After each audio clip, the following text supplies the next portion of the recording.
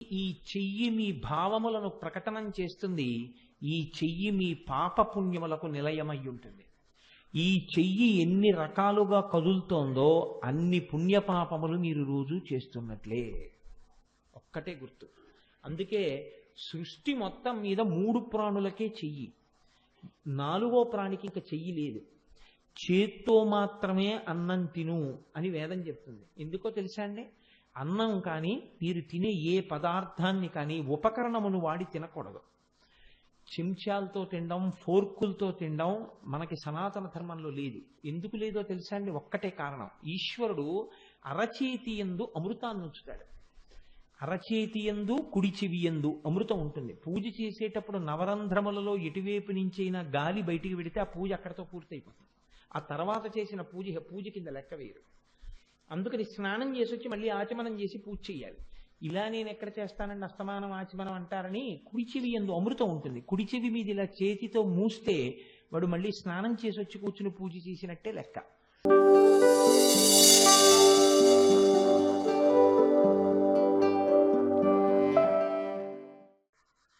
చేతుల వలన ఏం జరుగుతుంది అంటే, మీరు ఏదనుకున్నారో అది పూర్తవుతుంది. ఒక ఉదాహరణకి, నేను అన్నం తినాలనుకుంటున్నాను అన్నాను అనుకోండి. అన్నం తినడం దేనికి సంబంధించిన పని అని అడిగారు అనుకోండి, నోటికి సంబంధించిన పని. కానీ నోటికన్నా కూడా ముందు నోరు నవలడానికి ఏది ఆధారం అయి ఉండాలి అన్నం తినడంలో? చెయ్యే. నేను ఆఫీస్కి వెడుతున్నాను, ఆఫీస్కి వెళ్ళడంలో కేవలము కాళ్లతో సరిపోదు, మీ ప్రమేయం లేకుండా ఊగుతాయి చేతులు. చేతులు ఊగితేనే మీరు తేలిగ్గా నడవగలుగుతారు. చేతులు ఊపకుండా నడిచిన నడక చాలా విచిత్రంగా ఉంటుంది అసలు. నువ్వేం చేశావు ఆఫీస్లో? పని చేశాను అన్న దాంట్లో సింహభాగం దేంతో చేస్తారంటే చేతులతోటి. మీరు బాగా జ్ఞాపకం పెట్టుకోండి, భుజము అన్న మాట తర్వాత చేతుల వరకు ఇంకా చెప్పలేదు లలితా సహస్రంలో. కాబట్టి ఇప్పుడు భుజములు అన్న దగ్గర మీరు చేతులు వరకు సమన్వయం చేసుకుంటే, కదిలేటటువంటి చేతుల చేత మనకి 2 ఫలితములు కలుగుతూ ఉంటాయి. బాగా జ్ఞాపకం పెట్టుకోండి విషయాన్ని. మీ యొక్క ఉత్తర జన్మ నిర్ణయింపబడడానికి ప్రధాన హేతువులేవి? మీ చేతులే. మీ యోగము, మీ క్షేమము, మీ వెనక ఉన్న వారి యొక్క యోగము, క్షేమము దేని మీద ఆధారపడి ఉంటుంది? ఈ చేతుల మీదే ఆధారపడుతుంది. ఈ చేతులతో చేసినటువంటి పనులు మంచి పనులు అనుకోండి, ఈ చెయ్యి ఇచ్చినందుకు నన్ను నమ్ముకున్న వాళ్ళు క్షేమంగా ఉంటాం. ఈ చెయ్యి చెయ్యకూడని పనులన్నీ చేస్తోందనుకోండి, అడిగేవాళ్ళు లేరు కదా అని ఈ చేతితో నేను చేసిన పనులే నా దుఃఖమునకు కారణమవుతాయి. ఇది చాలా గమ్మత్తుగా ఉంటుందండి. ఎంత గమ్మత్తుగా ఉంటుందంటే, ఈ జన్మలో నాకు చెయ్యి ఉండి నేను ఈ చేతిని సక్రమంగా వినియోగించకుండా కానీ ఏవైనా పనులు చేస్తే వీటితో ఉత్తర జన్మలు కూడా దీని చేత నిర్ణయింపబడతాయి. ఈ చెయ్యి ఎప్పుడు ఇలా అనడానికే పనికొచ్చింది. ఈ చెయ్యి ఇంకోళ్ళని బాధ పెట్టడానికే పనికొచ్చింది. ఈ చెయ్యి ఇలా లాక్కోవడానికి పనికొచ్చింది. ఈ చెయ్యి ఇలా పెట్టి ఎరగదు. అందుకే మీ ఉద్ధరణ అంతా దేని మీద ఉంటుందో తెలుసా అండి? ఈ చేతి మీదే ఉంటుంది. ఈ చెయ్యి తిరగడం మీదే ఉంటుంది. ఈశ్వరుడికి అర్చన చేస్తున్నారనుకోండి, ఇలా పువ్వు వేశారనుకోండి, మీరు ఉత్తర క్షణంలో ఏం వేస్తారంటే ఫలితం ఈశ్వరుణ్ణి అవమానించారు అని వేస్తారు. ఇలా మీరు పువ్వు వేస్తే అది భగవంతుణ్ణి అవమానించుట. ఈశ్వరుడికి ఇలా పువ్వు వేయకూడదు. భగవంతుడికి పూజ చేసేటప్పుడు ఇలా పడాలి పువ్వు. అంటే నమః పేరు మధ్యలో పెట్టి ముందు ఓంకారం పెట్టి ఇలా అనాలి. నాది కాదు, హృదయ భావన ఆవిష్కరింపబడుచున్నది. ఈ చెయ్యి ఇలా తిరిగితే మీ భావన పూర్తయింది. ఈ చెయ్యి ఇలా పెడితే నాకున్నది నీకు లేదు కాబట్టి నువ్వు బాధపడుతున్నావు, నాకున్నది నువ్వు పంచుకు తిను అని పెట్టినట్టు భిక్ష ఈ చేత్తో. నన్ను కన్నవాడు ఒకడున్నాడు, ఒక మహానుభావుడు నా ఈ జన్మనిచ్చాడు, నా ఈ శరీరం ఉంది అంటే కారణం ఆయన అనుగ్రహం, మా అమ్మ అనుగ్రహం. అటువంటి తల్లిదండ్రులు ఇవాళ శరీరంతో లేరు. ఏడాదికొక్కసారి ఆ పుణ్యతిథి నాడు వాళ్ళ యొక్క శరీరములకు నేను ఉపశాంతి కల్పించడం కోసమని ఆ పితృదేవతలకు తర్పణ విడిచిపెడుతున్నాను. ఇలా తర్పణ విడిచిపెడుతున్నప్పుడు ఇలా విడిచిపెడతారు. కాబట్టి ఈ చెయ్యి ఇలా తిరిగి ఉంటే మీకున్న సంపదని లేని వారితో పంచుకుని మీరు ఉద్ధరణ పొందుతున్నారు. ఈ చెయ్యి ఇలా అంటే ఈశ్వరానుసంధానం చేసుకుంటున్నారు. ఈ చెయ్యి ఇలా అంటే పితృకార్యాన్ని నెరవేరుస్తున్నారు. ఈ చేత్తో ఇలా అంటే పాపాన్ని మూట కట్టుకుంటున్నారు. ఈ చెయ్యి మీ భావములను ప్రకటనం చేస్తుంది. ఈ చెయ్యి మీ పాపపుణ్యములకు నిలయమై ఉంటుంది. ఈ చెయ్యి ఎన్ని రకాలుగా కదులుతోందో అన్ని పుణ్యపాపములు మీరు రోజు చేస్తున్నట్లే. ఒక్కటే గుర్తు. అందుకే సృష్టి మొత్తం మీద 3 ప్రాణులకే చెయ్యి, 4వ ప్రాణికి ఇంకా చెయ్యి లేదు. చేత్తో మాత్రమే అన్నం తిను అని వేదం చెప్తుంది. ఎందుకో తెలుసా అండి? అన్నం కానీ మీరు తినే ఏ పదార్థాన్ని కానీ ఉపకరణమును వాడి తినకూడదు. చెంచాలతో తినడం, ఫోర్కులతో తినడం మనకి సనాతన ధర్మంలో లేదు. ఎందుకు లేదో తెలుసా అండి? ఒక్కటే కారణం. ఈశ్వరుడు అరచేతి యందు అమృతాన్ని ఉంచుతాడు. అరచేతి యందు కుడి చెవి యందు అమృతం ఉంటుంది. పూజ చేసేటప్పుడు నవరంధ్రములలో ఎటువైపు నుంచైనా గాలి బయటికి వెడితే ఆ పూజ అక్కడతో పూర్తయిపోతుంది. ఆ తర్వాత చేసిన పూజ కింద లెక్క వేరు. అందుకని స్నానం చేసి వచ్చి మళ్ళీ ఆచమనం చేసి పూజ చేయాలి. ఇలా నేను ఎక్కడ చేస్తానండి అస్తమానం ఆచమనం అంటారని కుడి చెవి యందు అమృతం ఉంటుంది. కుడి చెవి మీద ఇలా చేతితో మూస్తే వాడు మళ్ళీ స్నానం చేసి వచ్చి కూర్చుని పూజ చేసినట్టే లెక్క. అలాగే అరచేతి యందు అమృతం ఉంటుంది. పిల్లలు తినేటప్పుడు చిన్నతనంలో ఒరే కింద పొయ్యకు, నువ్వు ఎంత ఎత్తితే నిన్ను అంత ఎత్తుతుంది అన్నపూర్ణమ్మ అంటారు అని చక్కగా చెయ్యంతా తగిలేటట్టుగా కలుపుకోరా అనేవారు మమ్మల్ని చిన్నప్పుడు. మునివేళ్ల తిండి ఏమిటిరా అనేవారు. ఇలా తింటే ఒప్పుకునేవారు కాదు. చేత్తో ఇలా కలుపుకుని ఇక్కడ వరకు అంటుకోవాలి. చెయ్యి కడుక్కున్న తర్వాత చేతిని వాసన చూస్తే వాడు తిన్న పదార్థం తెలియాలి. అది అమృతాన్ని తీసుకుంటూ ఉంటాడు ప్రతిరోజు.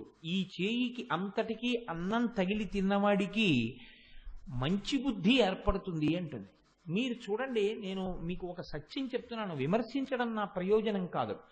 కలిపురుషుడి యొక్క లక్షణం ఎలా ఉంటుందంటే ఏ మూలములను తీసేస్తే ధర్మం తప్పిపోతారు వెతుకుతాడు. ఆ మూలములను తీసేస్తాడు. అందుకే ఇవాళ మీరు చూడండి, చేతితో తినడం అనేటటువంటి అలవాటు క్రమంగా తగ్గిపోతుంది. చేతితో తినాలి, కాళ్ళకి చెప్పు లేకుండా తినాలి. తినేటప్పుడు చాలా మంది చెప్పులతోనే తింటుంటారు ప్రసాదాలు కూడా. ఈ చేత్తో ఇలా కలుపుకు తినరు, చెంచాతోటే తింటుంటారు. ఈశ్వరుడు నీకు చెయ్యి ఇచ్చింది ఎందుకు? ఈ చెయ్యి అందరికీ ఇవ్వలేదు. 3 ప్రాణులకు మాత్రమే ఇచ్చాడు. ఇక 4వ ప్రాణికి లేదు చేత్తో తినడానికి. అందులో మళ్ళీ 2 ప్రాణులు తిన్న తర్వాత కడుక్కోవడం తెలియదు. 1 ఏనుగు, 2 కోతి, 3 మనిషి. ఏనుగు చేత్తో తింటుంది, అందుకే హస్తి అని పేరు. చేతిని వాడుతుంది కాబట్టి చేత్తో ఇలా తీసుకుని నోట్లో పెట్టుకుంటుంది.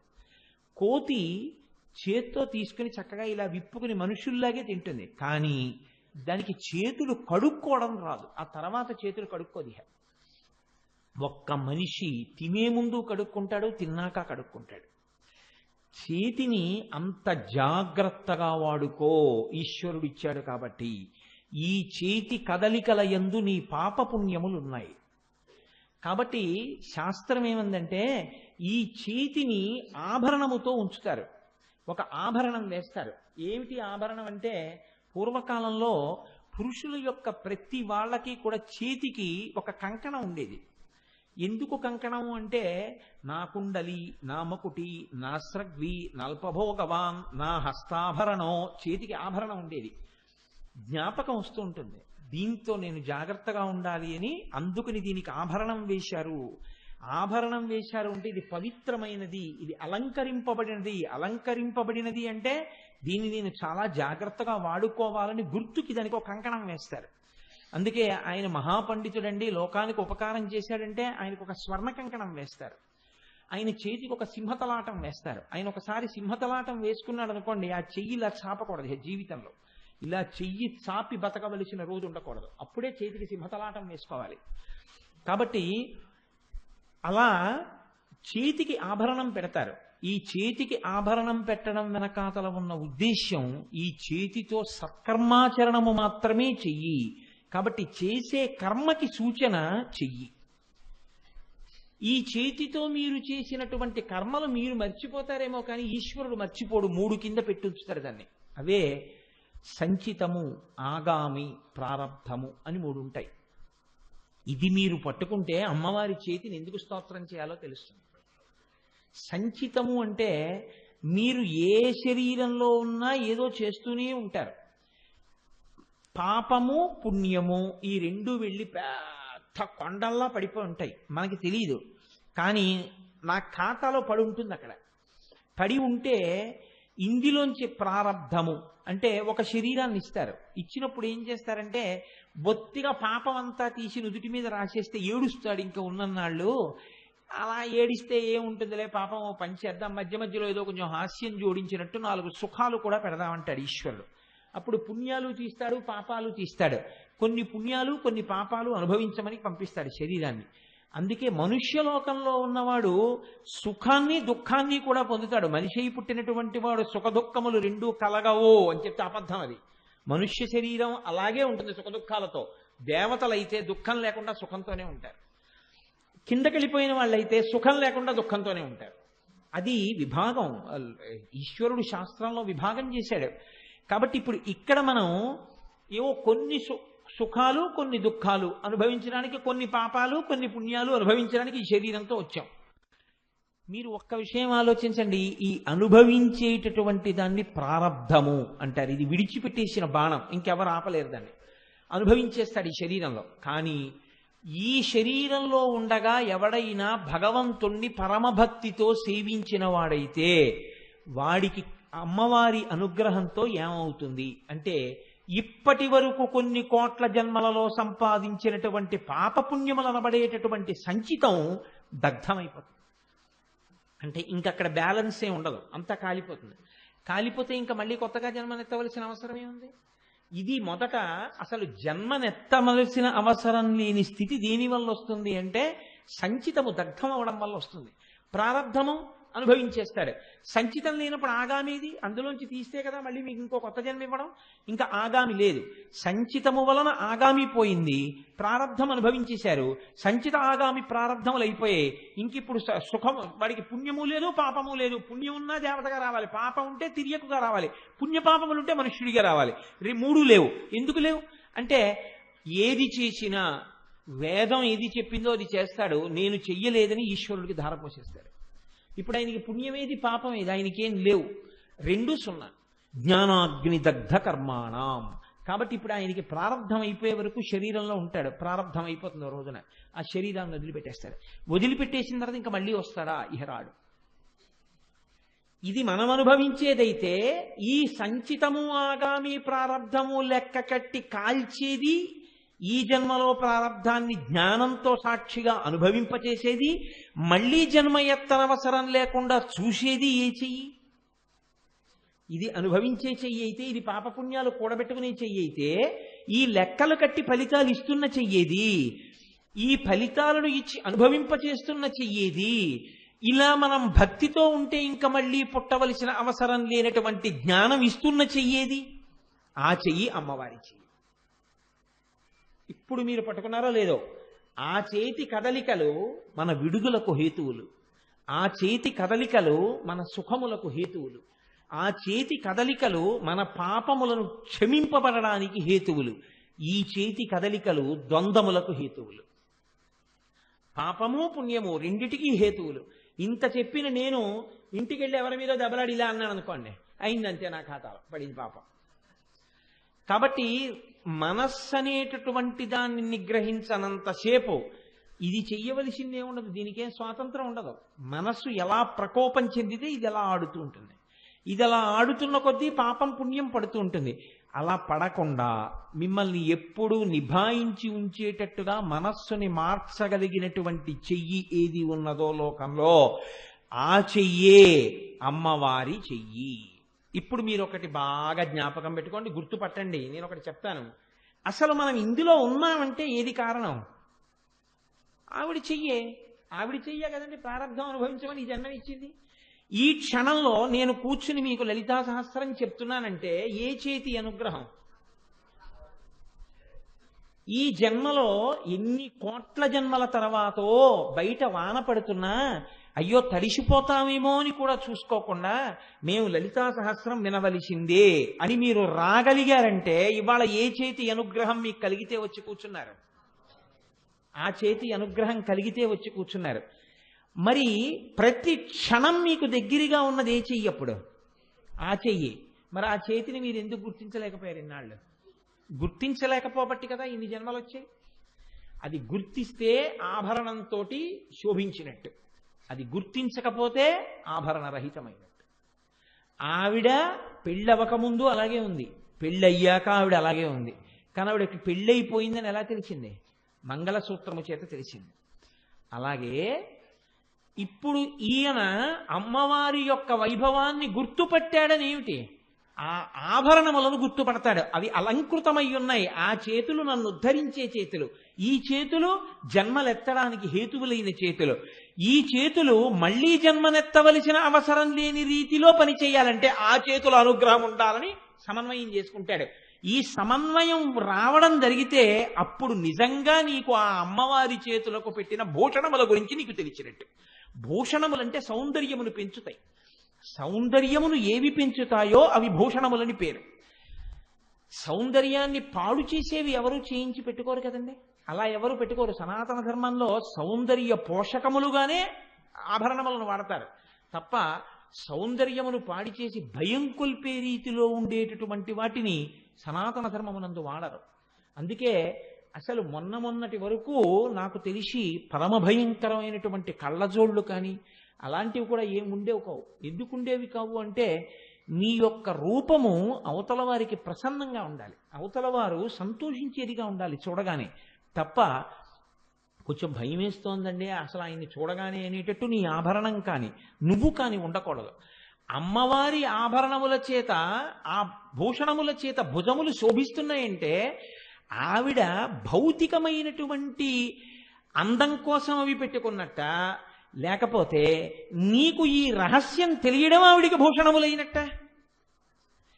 నీకు బంధము మోక్షము రెండిటికి హేతువులు అవని నువ్వు తెలుసుకోవడం, వాటి కదలికలని తెలుసుకోవడం, వాటికి అంగదములు కేయూరములు అవుతాయి తప్ప అవి అంగదాలు కేయూరాలు పెట్టుకున్నాయి, ఆవిడ చేతులకు అంగదాలు కేయూరాలు ఉన్నాయి, నువ్వు సర్టిఫికెట్ ఇవ్వడానికి లలితా సహస్రం ఏంటి? నువ్వు చెప్పినా చెప్పకపోయినా ఆవిడ భుజములకు ఆభరణములు ఉంటాయి అంటే ఆవిడ చేసే పని ఆవిడ చేస్తూ ఉంటుంది. నీకెప్పుడు సమన్వయమైంది నీ జీవితంలో? నీకు అసలు అర్థమైతే ఇప్పుడు ఆ చేతులు నిన్ను పనికొచ్చేలా చెయ్యాలంటే నువ్వేం చేయాలి? చేతులు కాదు పట్టుకోవలసింది, కాళ్ళు పట్టుకోవాలి. ఎందుకు కాళ్ళు పట్టుకోవాలి? చేతులు చేయిస్తుంటే కాళ్ళు పట్టుకోవడం ఏంటి? కాళ్ళు గమ్యాన్ని చేరుస్తాయి. మన కాళ్ళు ఈశ్వరుణ్ణి చేరిపోవడం అనేటటువంటి గమ్యం వైపుకి ఈ కాళ్లతో నడక లేదు, మనస్సుతో నడక ఉంది. ఈ మనస్సుతో నడక, మనసుకి కాళ్ళు లేవు, మనసుకి చేతులు లేవు. కాళ్ళు చేతులు లేని మనస్సు అమ్మవారి కాళ్ళ దగ్గర కూర్చోవాలంటే అమ్మవారి చేతుల అనుగ్రహం ఉండాలి. ఆవిడ ఇలా అంది అనుకోండి, ఈ కాళ్లతో కాదు లోపలి కాళ్లతో అమ్మవారిలో కలవాలి. ఆ పథంలో ప్రయాణం చేసి దానికి తగ్గట్టుగా నీ మనస్సును ఆవిడ మార్చగలదు, నీకు ఆ యోగ్యతని ఆవిడ కృప చెయ్యగలదు. మరి నాకు ఇన్నాళ్ళు ఎందుకు తెలియలేదండి? ఇన్ని జన్మల్లో ఆ చేతులు నన్ను అనుగ్రహిస్తాయి, అసలు నేను అడ్డదిడ్డంగా తిరుగుతున్న తిరుగుణ్ణి మార్చగలిగినటువంటి శక్తి ఆ చేతుల్లో ఉందని నాకు ఎందుకు తెలియలేదు అని మీరు ఒక ప్రశ్న వేయచ్చు. దీనికి పెద్దలు ఒక అందమైన చమత్కారం ఒకటి చెప్పారు. గుణిని గుణజ్ఞోరమతే నాగుణశీలస్య గుడిని పరితోష అలిరేతి వనాత్ కమలం నతు భేకస్త్యే కమాసోపి. ఒక పెద్ద సరస్సు ఉంది. ఆ పెద్ద సరస్సులో ఒక చోట బురద ఉంది. ఆ బురదలో ఒక తామర తూడు పుట్టింది. తామర తూడికి 4 ఆకులు పుట్టాయి. ఇప్పుడు ఈ ఆకులు ఎక్కడున్నాయి? బురదలో ఉన్నాయి. బురదలో ఉన్న తామరాకులు బురదలోనే ఉన్నాయి. పైన ఉన్నటువంటి ఆకు మీద మాత్రం నీటి బొట్టు పడ్డా, బురద చుక్క పడ్డా కిందకి జారిపోతుంది. బురదలోనే ఉన్న తామరాకు స్వచ్ఛంగా ఆకుపచ్చంగా మెరుస్తోంది. ఈ ఆకు మధ్యలోంచి ఒక నాళం అలా పైకి లేచింది. ఇప్పుడు ఈ నాళం పైభాగంలో ఒక మొగ్గ పుట్టింది. ఈ మొగ్గ పుట్టినప్పుడు ఈ తామర దుంప పడకముందు ఆ సరోవరంలో కప్పు ఉంది. ఈ దుంప పెద్దదవుతుంటే కప్ప పెద్దదవుతోంది. దానికి ఒక నాళం పుట్టింది, కప్ప పెద్దదయింది. ఈ నాళం మీద తామర మొగ్గ పుట్టింది, కప్ప పెద్దదయింది. ఈ తామర మొగ్గ దేనికి కదలలేదు. బురదలోంచి పుట్టినటువంటి దుంపలోంచి పైకొచ్చినటువంటి తామర మొగ్గ సూర్యకిరణములకు విచ్చుకుంది. ఈ విచ్చుకున్న తామర పువ్వులో ఏముంది? మకరందం ఉంది, తేనె ఉంది. కప్ప అక్కడే ఉంది. దుంప పుట్టినప్పటి నుంచి కప్ప అక్కడే ఉంది. తామర పువ్వు కప్ప తర్వాత వచ్చింది. వచ్చి పైకొచ్చి పువ్వు పూసింది. బురదే ఆలవాలమైనటువంటి కప్ప, బురదే ఆలవాలమైనటువంటి తామర పువ్వు రెండు అయినా బురదలో పుట్టిన తామర పువ్వులో తేనొచ్చింది. బురదలోంచి పుట్టిన తామర పువ్వులో తేనొస్తే బురదలోనే ఉన్న కప్ప పట్టుకోగలిగిందా అందులో తేనుందని? ఎప్పుడూ తాగే ప్రయత్నం చేయలేదు. పక్కన ఎక్కడో అరణ్యంలో ఉన్న ఒక తుమ్మెద తెలుసుకుంది ఈ బురదలో పుట్టిన తామర పువ్వులో తేనె ఉంది అని. అది అక్కడి నుంచి వచ్చి ఈ తామర పువ్వు మీద వాలి తేనె తాగింది. పక్కనే ఉన్న కప్ప తెలుసుకోగలిగిందా? తెలుసుకోలేకపోయింది. అందరూ దీంట్లోనే ఉన్నా అందరికీ అమ్మవారి చేతుల అనుగ్రహం గురించి తెలుసుకునే అవకాశం ఉండదు. కప్పలుగానే చాలామంది ఉండిపోతారు. ఎవరికి తెలుస్తుంది అమ్మవారి గురించి? ఎక్కడో ఉన్నా తామర పువ్వులో తేనె తాగడానికి అడవిలోంచి తుమ్మెద వచ్చినట్టు ఎవరికి అమ్మవారి అనుగ్రహం కలుగుతుందో వాళ్ళు మాత్రమే లలితా సహస్రంలో నామాల అంతరార్థాల్ని విని అన్వయం చేసుకోగలుగుతారు. కాబట్టి నాకెందుకు ఇన్నాళ్ళ తెలియలేదండి, నాకెందుకు ఇన్నాళ్ళ ఆ చేతుల గురించి తెలియలేదు? నువ్వు ఇన్నాళ్ళు కప్పగా ఉన్నావు. ఇవాళ నువ్వు తెలుసుకుంటున్నావంటే అమ్మవారి అనుగ్రహంతో ఇంతకాలానికి నువ్వు తుమ్మెద కాగలిగావు. నువ్వు తుమ్మెదగా ఆ పువ్వు మీద వాలి ఉండాలని కోరుకుంటే, ఆ తేనె తాగాలని కోరుకుంటే నీ అదృష్టం. కాక నీవు అలా ఎగిరి వెళ్ళి పద్మము మీద ఉండవలసిన దానివి పద్మము మీద ఉండకుండా పక్కన ఉన్నటువంటి తుమ్మ చెట్టు మీద కానీ వాలి కూర్చున్నావా, నిన్ను తొండో కాకో తినేస్తాయి. కాబట్టి తుమ్మెదవయ్యున్నందుకు పద్మం మీదే ఉండు. పద్మం మీదే ఉంటే నీకు తేనె దొరుకుతుంది. తుమ్మ చెట్టు మీద వాలే ప్రయత్నం చేశావా, తొండకో కాకికో ఆహారం అవుతావు. ఒకసారి తెలిసింది, మార్చుకోవడం నీ జీవితం, నీ వంతు. కాబట్టి కప్పకి తెలియంది తుమ్మెదకి తెలుసున్నట్టు కొంతమందికి మాత్రమే ఆ చేతుల యొక్క వైభవం తెలుస్తోంది. ఎవరు తెలుసుకున్నాడో వాడు ధన్యత పొందుతున్నాడు. కాబట్టి ఆ నామం చెప్పగానే ఆ చేతులకు ఇప్పుడు ఆభరణములు ఉండాలా వద్దా? అమ్మ బాబోయ్, నా తల్లి అనుగ్రహించగలిగిన తల్లిని నువ్వు మనసులో పొంగిపోవడమే అంగదములు కేయూరములు పెట్టడం. గద అంటే కీర్తించడం.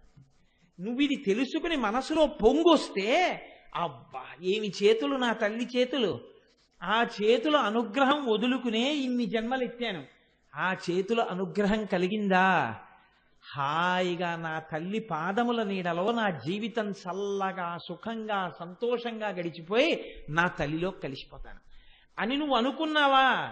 అదే శరీరం, అదే జీవితం. భార్యను వదిలేయక్కర్లేదు, పిల్లలను వదిలేయక్కర్లేదు, అదే సంసారం. కానీ ఒక్కటే తేడా, అంతకుముందు నావిని అనుభవించావు, ఇప్పుడు తుమ్మిదవై తామరలో తేనె తాగుతావు. ఇప్పుడు అంటావు అదంతా అమ్మవారి అనుగ్రహం అండి అంటావు. కష్టం వచ్చింది, అమ్మవారు ప్రారంధం కదండి, బాణం విడిచిపెట్టేసింది కదా, ఈ శరీరంతో అనుభవించేవి అయిపోతున్నాయి, అయిపోనివ్వండి, అయిపోతుంది, పాపం అయిపోతుంది, పుణ్యం అయిపోతుంది, గొడవ వదిలిపోతుంది కదా అంటావు. కాబట్టి ఇప్పుడు నీ చిరునవ్వు మాత్రం చెక్కు చెదరట్లేదు. ఈ స్థితికి ఎదగడానికి హేతు ఏదై ఉన్నది? ఆ చేతులై ఉన్నవి, ఆ భుజములై ఉన్నవి. ఆ భుజములకేమి తెలుసు? రక్షణ ఒక్కటే తెలుసు. ఈ రక్షణ అన్న విషయం నీకు అర్థమైతే ఆనాడు నువ్వు భూషణం పెట్టుకున్నట్టు. గమ్మత్తు విన్నారా? అక్కడ భూషణం ఇప్పుడు ఏమవుతుంది? ఇది విని తెలుసుకోగానే మీరు భూషణంతో ఉన్నవారు అవుతారు. భూషణము లేకుండా ఉండకూడదు.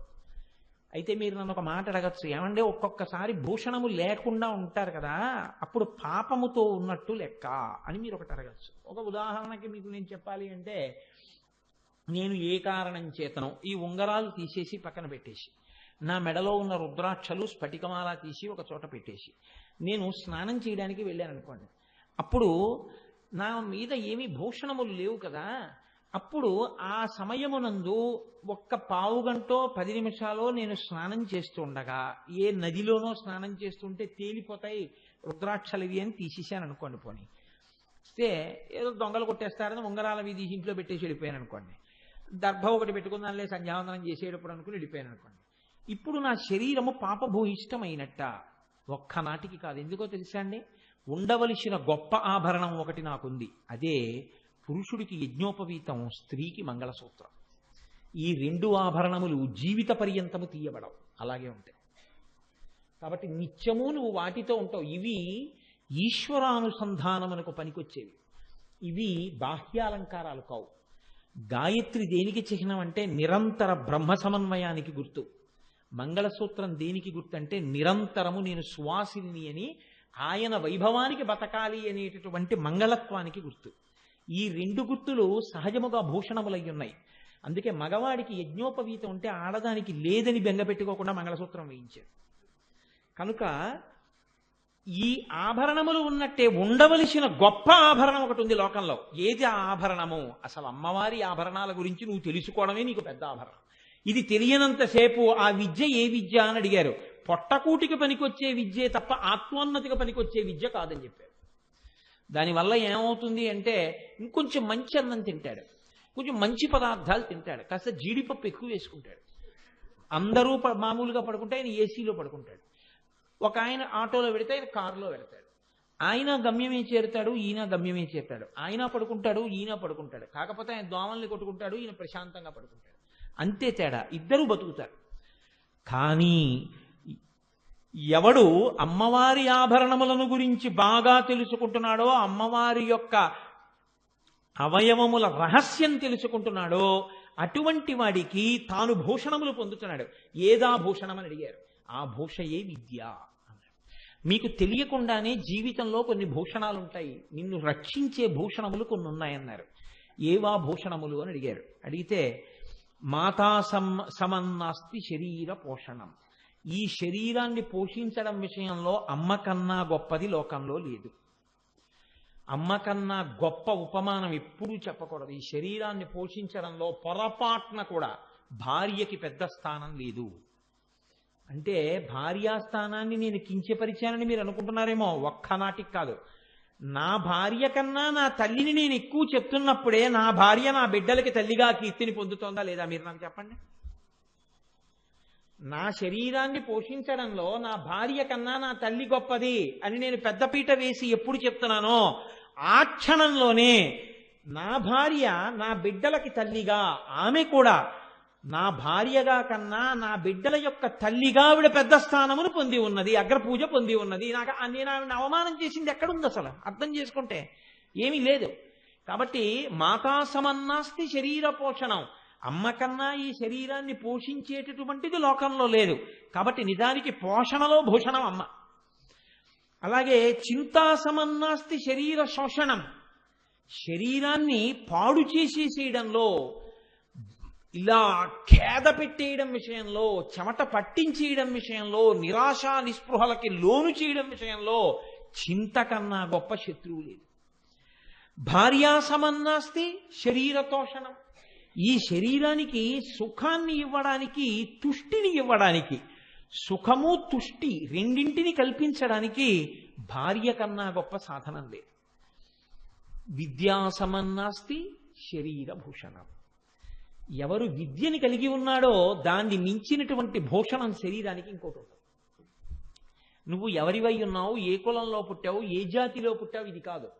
విద్యయందు అధికుడు. ఏ విద్య? ఆత్మవిద్యయందు భగవంతుణ్ణి గురించి తెలుసుకుని తన జీవితానికి సమన్వయం చేసుకోవడంలో ఆయనకు ఆయనే సాటి. ఇప్పుడు ఆయన అందరికన్నా గొప్పగా భూషింపబడినవాడు, ఆయన పెద్ద భూషణములు పెట్టుకున్నవాడు. ఈ విద్య ఎక్కడి నుంచి వస్తోంది? ఈ విద్య సిలబస్తో వచ్చేది కాదు. నా పేరు పక్కన బీకామ్ అని ఉండాలంటే ఒక సిలబస్ నాకు వస్తే చాలు. ఆన్సర్ అని 5 ఆఫ్ ద ఫాలోయింగ్ అన్నప్పుడు 10 5 వస్తే నాకు బీకామ్ వస్తుంది. కానీ ఆత్మవిద్యయందు నేను నిష్ణాతుణ్ణి కావడానికి సిలబస్ చేత ఆత్మవిద్య రాదు. అమ్మవారి అనుగ్రహంతో ఆత్మవిద్య అలవడుతుంది. కాబట్టి ఇప్పుడు అమ్మవారి అనుగ్రహం, అమ్మవారు ఇలా చూపిస్తుంటుంది. అందుకే ఇలా చూపించడం ఇది కేవలంగా వరముద్ర మాత్రమే కాదు. అసలు నీకు గొప్ప వరం ఏమిటో తెలుసా? నీ జీవితంలో ఏవి పట్టుకోవాలో నీ చెప్పేయడమే వరం. ఏమిటో తెలుసా? పట్టుకోవలసినవి నా పాదాలు. నా పాదాలు పట్టుకో, నీ పాదాలు ఎటు నడవాలో వస్తుంది. ఇది గమ్యమును, గమనమును, ధ్యేయమును, లక్ష్యమును నిర్దేశించి ఈ పైకాళ్ళకు కాదు మనసుకి ప్రస్థానం నేర్పి ఈశ్వరుడి వైపుకి నడిపిస్తుంది. ఈశ్వరుడి వైపుకి నడిపించేటటువంటి ఆత్మవిద్య తనకి అలవడడం అది నిజమైన భూషణం. ఈ భూషణం ఎప్పుడు వస్తుందని అడిగారు. ఆ భూషణాన్ని నువ్వు సమన్వయ రూపంలో ఇందుకు అని అర్థం చేసుకోవడం నీకు వస్తే నీకు ఇది భూషణంగా వస్తుందన్న, విద్య భూషణంగా వస్తుంది. అప్పుడు నువ్వు తరిస్తావు. విద్ అంటే తెలుసుకునుట. ఏది తెలుసుకుంటే ఇంకా మళ్ళీ ఇంకోటి తెలుసుకోక్కర్లేదో అలాంటిది తెలుసుకుని అటువంటి భూషణాన్ని నువ్వు పొంది ఉంటావు. అందుకే శాస్త్రంలో ఒక మాట అంటారు, అనుష్ఠాన పర్యంతములోకి రానటువంటి వేదాంతము శుష్కమైన వేదాంతము. మీరు చూడండి, అన్ని విద్యలు అనుష్ఠాన పర్యంతంలోకి రావాలనే ఉండదు. నా స్నేహితుడు ఒకడు ఉండేవాడు, ఎంఏ సాంస్క్రిట్ చదువుకున్నాడు. ఒకనకొకప్పుడు ఎలా సెలెక్ట్ అయిపోయాడో మరి, ఒకసారి ఒక బ్యాంకులో ఒక ఆఫీసర్గా సెలెక్ట్ అయిపోయాడు. అయిపోయిన తర్వాత అతను చాలా సంతోషంగా కాలం గడుపుతుండేవాడు. ఎప్పుడైనా ఏదైనా ఏ కాళిదాసు గారి గురించో ఏ భాసుడి గురించో ఏమైనా ప్రస్తావన వస్తాయని అనేవాడు. ఏమి ఎంఏ సాంస్క్రిట్ ఎప్పుడు మర్చిపోయినావని. ఇప్పుడంతా డెబిట్ క్రెడిట్ లెడ్జర్లు అని. ఇప్పుడు చెప్పండి, అతను చదువుకున్న విద్య అతనికి అన్నం పెడుతోందా, అతను వెళ్ళి నేర్చుకున్న తర్వాత నేర్చుకున్న విద్య అన్నం పెడుతోందా? నిజానికి ఒకనాడు నువ్వు చదువుకున్న విద్య నీకు సార్థకతకు పనికి రాకపోవచ్చు, అది నీకు ఉపయుక్తం కాకపోవచ్చు. నువ్వు ఉద్యోగంలో చేరడానికి పనికొచ్చింది. ఆ తర్వాత ఉద్యోగంలో చేరిన తర్వాత ఆ ఉద్యోగానికి సంబంధించిన విషయాలు నీకు బాగా వచ్చి ఉండాలి.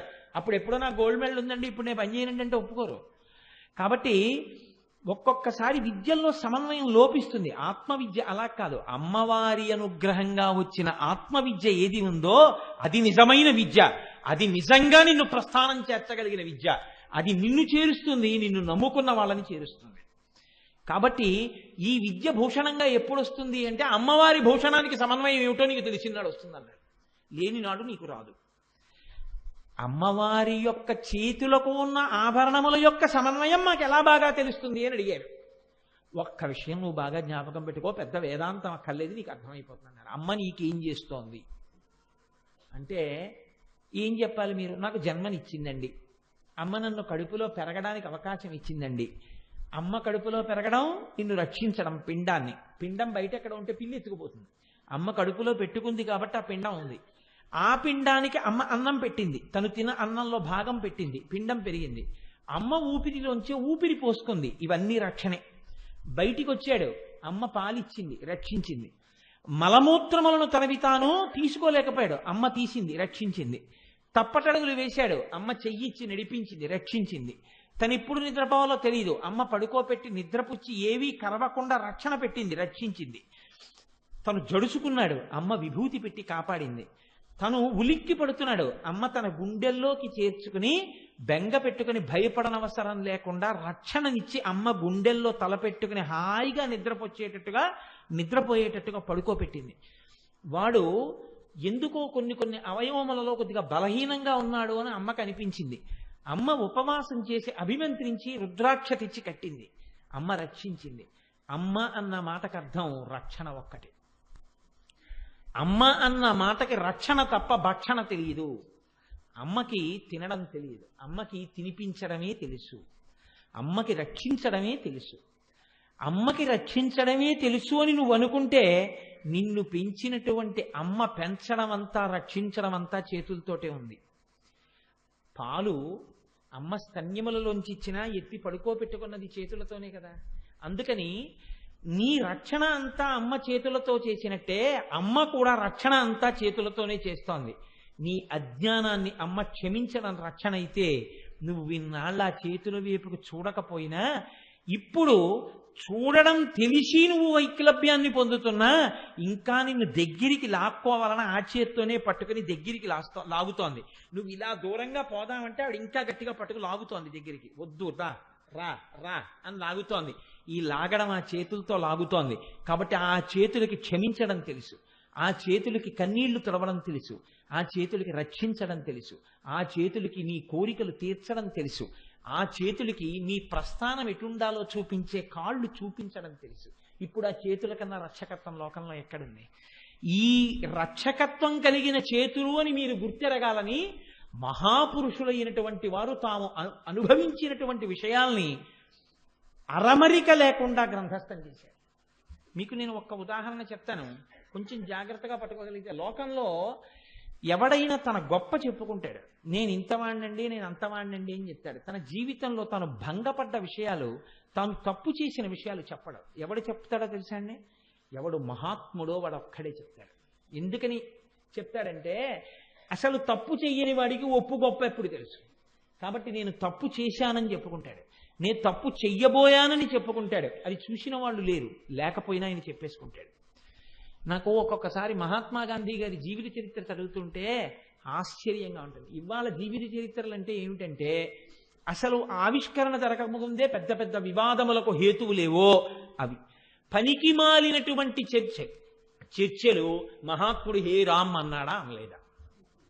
ఆయనలా బతకడం నీకొచ్చా ఒక్కడుగు? నువ్వెవడిగా ఆయన అన్నాడో లేదో ఇన్నాళ్ళ తర్వాత సర్టిఫికెట్ ఇవ్వడానికి? అంటే పాపం మూట కట్టుకోవడం అంటే అదే. ఆయన సమాధి మీద కూడా హే రామ్ అని రాసేసిన తర్వాత ఇప్పుడు నువ్వు ఎందుకు అది చెప్పి నువ్వు లోకాన్ని ఏం ఉద్ధరిద్దాం అనుకుంటున్నావు? నీ మాటలు నమ్మేవాడు ఎవడైనా ఉన్నాడా? ఎందుకు ఆ మాటలు? ఆ మాటలు వాడు ఎవడో కారు కూత కూశాడు, నువ్వెందుకు దాన్ని పేపర్లలో రాయడం? పిల్లల్ని పాడు చేయడానికి తప్ప చదువుకునే వాళ్ళని. చూడండి, గాంధీ గారు తన స్వీయ చరిత్రలో ఒక విషయం నాకు స్ఫురణలోకి వస్తోంది. ఆయన ఒకనొకనాడు తన స్నేహితుడితో కలిసి ఒక వేశ్యలు ఉండేటటువంటి వాడకి వెళ్ళారు. అక్కడ చాలా అందచందములు కలిగినటువంటి ఒక వేశ్యతో సంభాషణలో పడ్డారు. ఆ సంభాషణ ముదిరి ఆయన తన యొక్క స్వస్థితి నుంచి జారిపోయే స్థితికి వచ్చేసింది.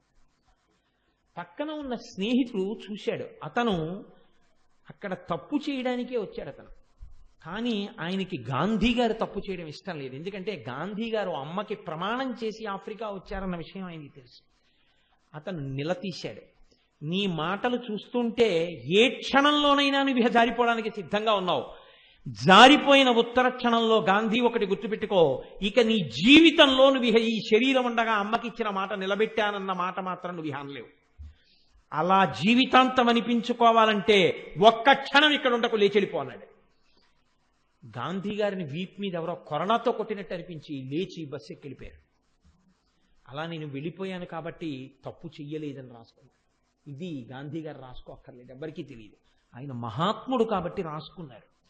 పెద్దలు తమ జీవితంలో వచ్చినటువంటి వైక్లభ్యములను, తొట్టుపాటులను ఏమి అరమరిక లేకుండా స్వాగతించి చెప్పుకుంటారు. అవి నిజమైన జీవిత చరిత్రలు.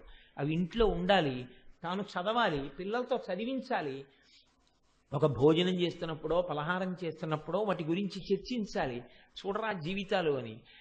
అలా ఎక్కడ మాట్లాడబడుతుందో అక్కడ పిల్లల యందు సంస్కారానికి పునాదులు ఏర్పడతాయి. అయితే ఇవాళ దురదృష్టం ఏంటంటే, మాట్లాడే తల్లి మాట్లాడే తండ్రి ఉన్నా వినే ఓపిక ఉన్న పిల్లలు కూడా తగ్గిపోతున్నారు. ఎందుకంటే టీవీ కన్నా ప్రపంచం అక్కర్లేదు. తండ్రి చెప్పిన దానికన్నా తల్లి చెప్పిన దానికన్నా టీవీ చెప్తేనే సత్యం తప్ప ఆయన చెప్పినది సత్యం కాకపోవచ్చు అని వాళ్ళకు ఒక అనుమానం. ఇవాల్టి సంస్కారం అలా అయిపోతోంది. నేనైతే అనుకుంటాను ఇదంతా కలిపురుషుని యొక్క ప్రభావము అనుకుంటూ ఉంటాను.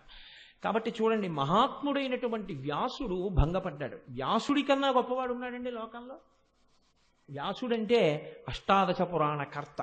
ఇప్పుడు మీరు ఏ లలితా సహస్రనామ స్తోత్రం చెప్పుకుంటున్నామో ఆ లలితా సహస్రనామ స్తోత్రాన్ని బ్రహ్మాండ పురాణాంతర్గతంగా మనకి అందించినటువంటి మహాపురుషుడు. అటువంటి మహాపురుషుడు వేద విభాగం చేసినవాడు, అష్టాదశ పురాణములు ఇచ్చినవాడు, బ్రహ్మసూత్రములకు భాష్యములు ఇచ్చినవాడు ఒకానొకప్పుడు తప్పటడిగేశాడు. ఆ తప్పటడికి ఫలితం ఏమైందో తెలుసా అండి? ఆయన జీవితంలో ఆయన కాశీ పట్టణానికి వెళ్ళలేదు. ఎంత పెద్ద తప్పు చేశారంటే ఆయన స్వయంగా తన జీవితంలో జరిగినటువంటి సందర్భాన్ని ఆయనే చెప్పుకుంటే కాశీఖండంలో శ్రీనాథుడు దాన్ని ప్రస్తుతి చేశాడు. దాంట్లో ఉండేటటువంటి నీతిని మీరు గ్రహించవలసి ఉంటుంది. ఆయన ఒకానొకప్పుడు కాశీపట్టణంలో సంతోషంగా గడుపుతున్నారు, హాయిగా తపస్సు చేసుకుంటూ. ఆయన ప్రారంధ కర్మ ఏమిటో 7 రోజులైంది. ఎక్కడికి వెళ్ళి భవతి భిక్షాందిహి అన్న పట్టెడన్నం దొరకలేదు. 7 రోజులు ఆకలితో అలమటించిపోయారు. జైమిని, పైలుడు మొదలైన శిష్యులందరూ కూడా ఉన్నారు. 7వ రోజు కూడా ఇవాళ అన్నం దొరకకపోతే మాత్రం నేను అంగీకరించనని బయలుదేరాడు. ఇంతటి మహాజ్ఞాని మధ్యాహ్నం అయింది, ఒక వీధిలోకి వెళ్ళి ఇళ్ల ముందు నిలబడి భవతి భిక్షాందేహి భవతి భిక్షాందేహి అంటూ తిరుగుతున్నాడు. ఎవ్వరూ అన్నం పెట్టలేదు. ఆ భిక్షాపాత్రని తీసి కనుబొమలు ధనస్సుల్లా ఉంచి ఈ కాశీపట్టణాన్ని శపిస్తానని శపథం చేసి భిక్షాపాత్రని చేసి రాతికేసి కొట్టాడు. అది ముక్కలైపోయింది. భిక్షాపాత్ర అంటే ఇంకా దానికన్నా అహంకార పరిత్యాగం చేయడానికి వేరే వస్తువు ఉండదు కదండి. గోచీ పెట్టుకున్నవాడు ఐశ్వర్యం గురించి మాట్లాడడం ఎందుకు? అది ఎటువంటిదో భిక్షాపాత్ర ఉన్నవాడికి అహంకారం ఉండడం అటువంటిది. ఆయన పట్టుకున్నదే భిక్షాపాత్ర, ఇంకా మళ్ళీ అహంకారం ఏమిటి అంటే భిక్షాపాత్ర పట్టుకున్న వాడికి అహంకారం వచ్చిందంటే ఎంత గమ్మత్తుగా వచ్చిందో చూడండి. అది తన జీవితంలోనే చెప్పుకున్నాడు వ్యాసుడు. ఈ భిక్షాపాత్రని రాతికేసి కొట్టాడు, 100 వక్కలైపోయింది. వక్కలైపోయిన తర్వాత అప్పుడు చేతిలోకి నీళ్లు పోసుకుని కాశీ పట్టణాన్నంతటినీ శపిస్తున్నాడు. ఏమని? ధనము లేకుండెదరు 3 తరములందు, 3 తరములు చెడుగాక మోక్షలక్ష్మి, విద్యయును 3 తరములు వెడలవలయు, పంచజనులకు కాశికా పట్టణమున అన్నాడు. ఈ కాశీ పట్టణానికి ఎవరైనా వచ్చి అడుగు పెట్టారో వాళ్ళకి 3 తరాల పాటు ఇంకా ధనము లేకుండా దరిద్రులైపోదురుగాక. కాశీ పట్టణంలో ఎవరైనా అడుగు పెట్టాడో వాడికి 3 తరాల వరకు మోక్షం రాకుండుగాక. ఇక్కడ ఎవరైనా అడుగు పెట్టాడో 3 తరాలు నిరక్షర కుక్షులైపోదురుగాక, అక్షరము రాకుండా వాళ్ళ వంశం అయిపోవుగాక 3 తరములు. పంచజనులకు కాశికా పట్టణమున, ఇది ఎవరైనా సరే పంచజనుల్లో అందరికీ కాశీ అంతే, అంతటి నిర్భాగ్య స్థితికి కాశీ జారిపోవుగాక అని శపిస్తున్నాడు. ఏమిటి ఇంత జ్ఞాని అన్నం పుట్టలేదని శపిస్తుంటే నీళ్లు తీసుకుని ఇక విడిచిపెట్టబోతున్నాడు. అంతే, అక్కడున్న గుమ్మం తెరుచుకుంది. ఒక 50 సంవత్సరాల ముదుసలి స్త్రీ ఒక ఆమె పైకొచ్చింది. కాలి మంజీరములు గల్లు గల్లుమంటూ చేతి గాజులు చప్పుడు చేస్తూ ఇంత బొట్టుకని పైకొచ్చి ఆగు ఆగు ఆగు అని ఆవిడంది. ఓ సత్యవతీ పుత్ర వ్యాస, ఇంతటి మహాజ్ఞానివే 7 రోజులు అన్నం పుట్టలేదని కాశీపట్టణాన్ని శపించబోతున్నావా? నీకు తెలియదా? ఇక్కడ మధ్యాహ్నం అయ్యేటప్పటికి సమస్త భూతకోటికి అన్నం పెడుతుంది అన్నపూర్ణమ్మ. విశాలాక్షి బిడ్డలు ఎక్కడ అన్నం తినలేదు అని చూసి చూసి అన్నం పెడుతుంది. అందుకే ఇప్పటికీ కాశీలో అన్ని అన్నదాన సత్రవులు అమ్మవారే పెడుతుందిట. కాశీ పట్టణంలో మధ్యాహ్నం తిన్న అన్నం విశాలాక్షి పెట్టిన అన్నమే.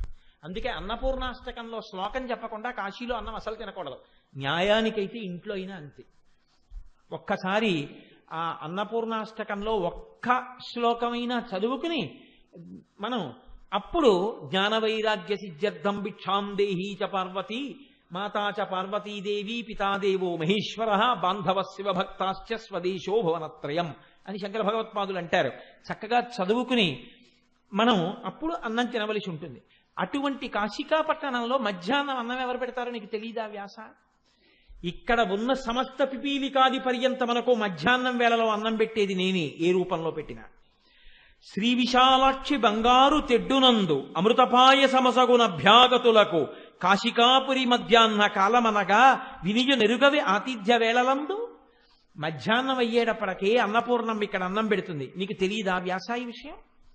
నీకు 7 రోజుల నుంచి అన్నం దొరకట్లేదంటే, నేను పెట్టట్లేదు అంటే ఎందుకు పెట్టకుండా ఉండి ఉంటాను? ఈశ్వరాజ్ఞ. ఈశ్వరుడు ఎందుకు నీకు అన్నం దొరకకుండా చేశాడు? మహానుభావుడు మహాజ్ఞాని వ్యాసుడు. 7 రోజులు అన్నం దొరకపోయినా ఈ కాశీలో ప్రాణం పోతే చాలంటాడు తప్ప అన్నం కోసం వెంపర్లాడడు అనుకున్నాడు విశ్వేశ్వరుడు. నీ ద్వారా లోకానికి ఆ గొప్పతనాన్ని చూపించాలనుకున్నాడు. నువ్వేం చేశావు?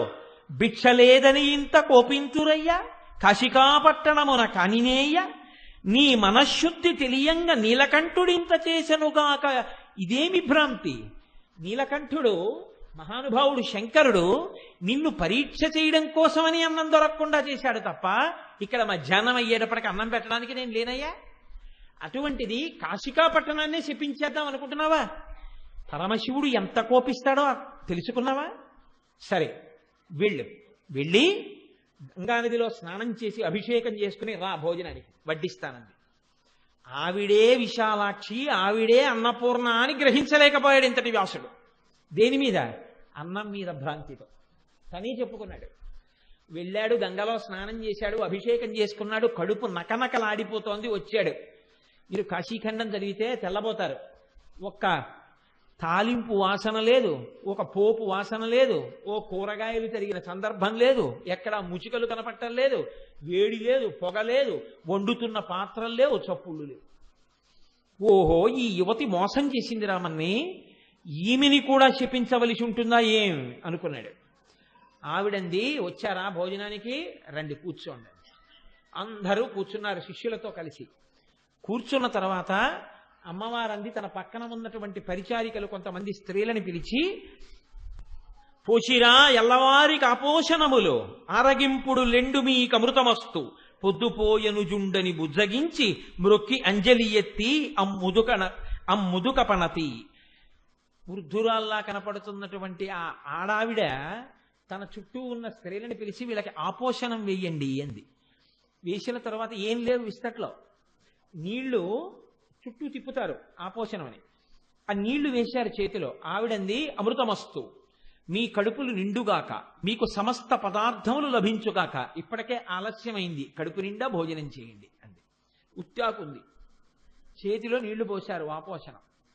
ఇప్పుడు ఆపోషణం పోసిన తర్వాత ఒక లక్షణం ఉంటుంది. ఇంటికి అతిథిగా వస్తే తన చెంబు తను పట్టుకుని వెడతాడు, తన పాత్ర మడి కట్టుకుని నీళ్లు పట్టుకుని వెడతారు. పూర్వం ఉండే ఇప్పుడు ఎవరికి ఆ మర్యాద లేదు, అలా వెళ్ళేవాడు లేడు. వెళ్ళినా వాడికి అలా మర్యాద చేయాలని తెలిసినవాడు లేడు. ఒకవేళ ఇల్లు అటువంటిది అనుకుని మీరు వెళ్ళారనుకోండి, అక్కడ ఏం ఉండదు, అలా ఏం మర్యాదలు ఉండవు. అటువంటి అంటే వాళ్ళకి తెలియదని మీరు తెలుసుకోవాలి. అప్పుడు ఇప్పుడు వెళ్ళి ఆయన కూర్చున్న తర్వాత చెయ్యిలా పెడితే ఆపోషణ అంటే ఓ మాట వేస్తారు నీళ్లు తాగి, విస్తరి చుట్టూ తిప్పిన తర్వాత ఆ ఇంటి యజమాని 5 మాటలు చెప్తాడు. అప్పుడు తాను 5 మాటలు చెప్తాడు. ఇది అన్న తర్వాత అప్పుడు తినాలి. అప్పుడు అందుకే ఇంటికి పిలిస్తే పెద్దల్ని భోజనానికి, మా ఇంటికి అన్నం తినడానికి రండి అనకూడదు, మా ఇంటికి దేవతార్చనకి రండి అంటారు. ఎందుకో తెలుసా అండి? ఆయన వచ్చి అన్నం తింటే ఆయన యజ్ఞం చేసి వెళ్ళిపోయినట్టు. ఆయనకి అన్నం పెట్టడం అంటే యజ్ఞానికి హవిస్సులు ఇచ్చేసినట్టే. ఆయన విస్తట్లో మీరు ఎన్ని మాటలు వేశారో, ఆయన ఎన్ని మాటలు నోట్లో పెట్టుకున్నాడో అన్ని మాటలు యజ్ఞాగ్నికి హవిస్సులు ఇచ్చినట్టుగా లెక్కకొస్తుంది. అందుకే మహాత్ములు ఇంటికి వచ్చి అన్నం తినడం అంటే మాటలు కాదు. ఎందుకు వస్తారు, ఎందుకు తింటారు, వాళ్ళకి ఏం పని? వచ్చారంటే అంత మర్యాదగా పెట్టవలసి ఉంటుంది. కాబట్టి చూడండి, శ్రద్ధాయాం ప్రాణే వినిష్టో అమృతం జుహోమి అంటారు. అంటే ఈయనేమంటాడంటే ఓం ప్రాణాయ స్వాహ అంటాడు. ఈ ప్రాణాయ స్వాహ అన్నప్పుడు ఈ వేలు ఇలా పెట్టి ఈ మృగముద్ర పట్టి నేతి అన్నపు ముద్ద తీసి పళ్ళకి తగలకుండా నాలుక మీద పెట్టి మింగుతారు. అప్పుడు ఇక్కడే ఉన్నటువంటి అగ్నిహోత్రానికి హవిస్సు అవుతుంది అది ముందు. అందుకని ముందు వాళ్ళేమంటారంటే శ్రద్ధాయాం ప్రాణే వినిష్టో అమృతం జుహోమి, నివిష్టో అమృతం జుహోమి అంటారు. అంటే ఓం ప్రాణాయ స్వాహ అంటాడు. ఇప్పుడు వాళ్ళేమంటారంటే శ్రద్ధాయాం అపానే నివిష్టో అమృతం జుహోమి అంటారు. ఓం అపానాయ స్వాహ అంటాడు. శ్రద్ధాయాం వ్యానే నివిష్టో అమృతం జుహోమి అంటే ఓం వ్యానాయ స్వాహ అంటాడు. ఇలా 5 మాటలు చెప్తారు. 5 మాటలు ఈయన ఏమంటాడంటే ఓం ప్రాణాయ స్వాహ, ఓం అపానాయ స్వాహ, ఓం వ్యానాయ స్వాహ, ఓం ఉదానాయ స్వాహ, ఓం సమానాయ స్వాహ అని పుచ్చుకుంటాడు. ఆయన మరి ఆపోషణ వేసిన తర్వాత తిప్పాక పుచ్చుకోవాలి. ఆవిడంది అక్కడ నిలబడి శ్రద్ధాయాం ప్రాణే నివిష్టో అమృతం జుహోమి అంది. శ్రీనాథుడి కవిత వైచిత్రండి. అంటే అమ్మ ఇంత తప్పు చేసినా అన్నం పెట్టింది, అయ్య మాత్రం ఇంకా క్షమించలేదు. మీరు చూడండి గమ్మత్తు. అమ్మ కారుణ్యం అంటే ఏమిటో చూపిస్తున్నాడు వ్యాస భగవానుడు, చూపిస్తున్నాడు శ్రీనాథుడు కాశీఖండంలో. మదన సంజీవని మదనహరుడు, ఈయన మన్మధుణ్ణి కాల్చి చంపేశాడు. కాల్చి చంపేసిన మన్మధుణ్ణి బతికించింది ఆవిడ. ఎంత గొప్పగా చెప్తున్నాడో చూడండి. అమ్మంటే ఎలా ఉంటుందో అయ్యంటే ఎలా ఉంటాడో చూపిస్తున్నాడు. ఇది పద్యరచన అంటే, ఇది హృదయం అంటే.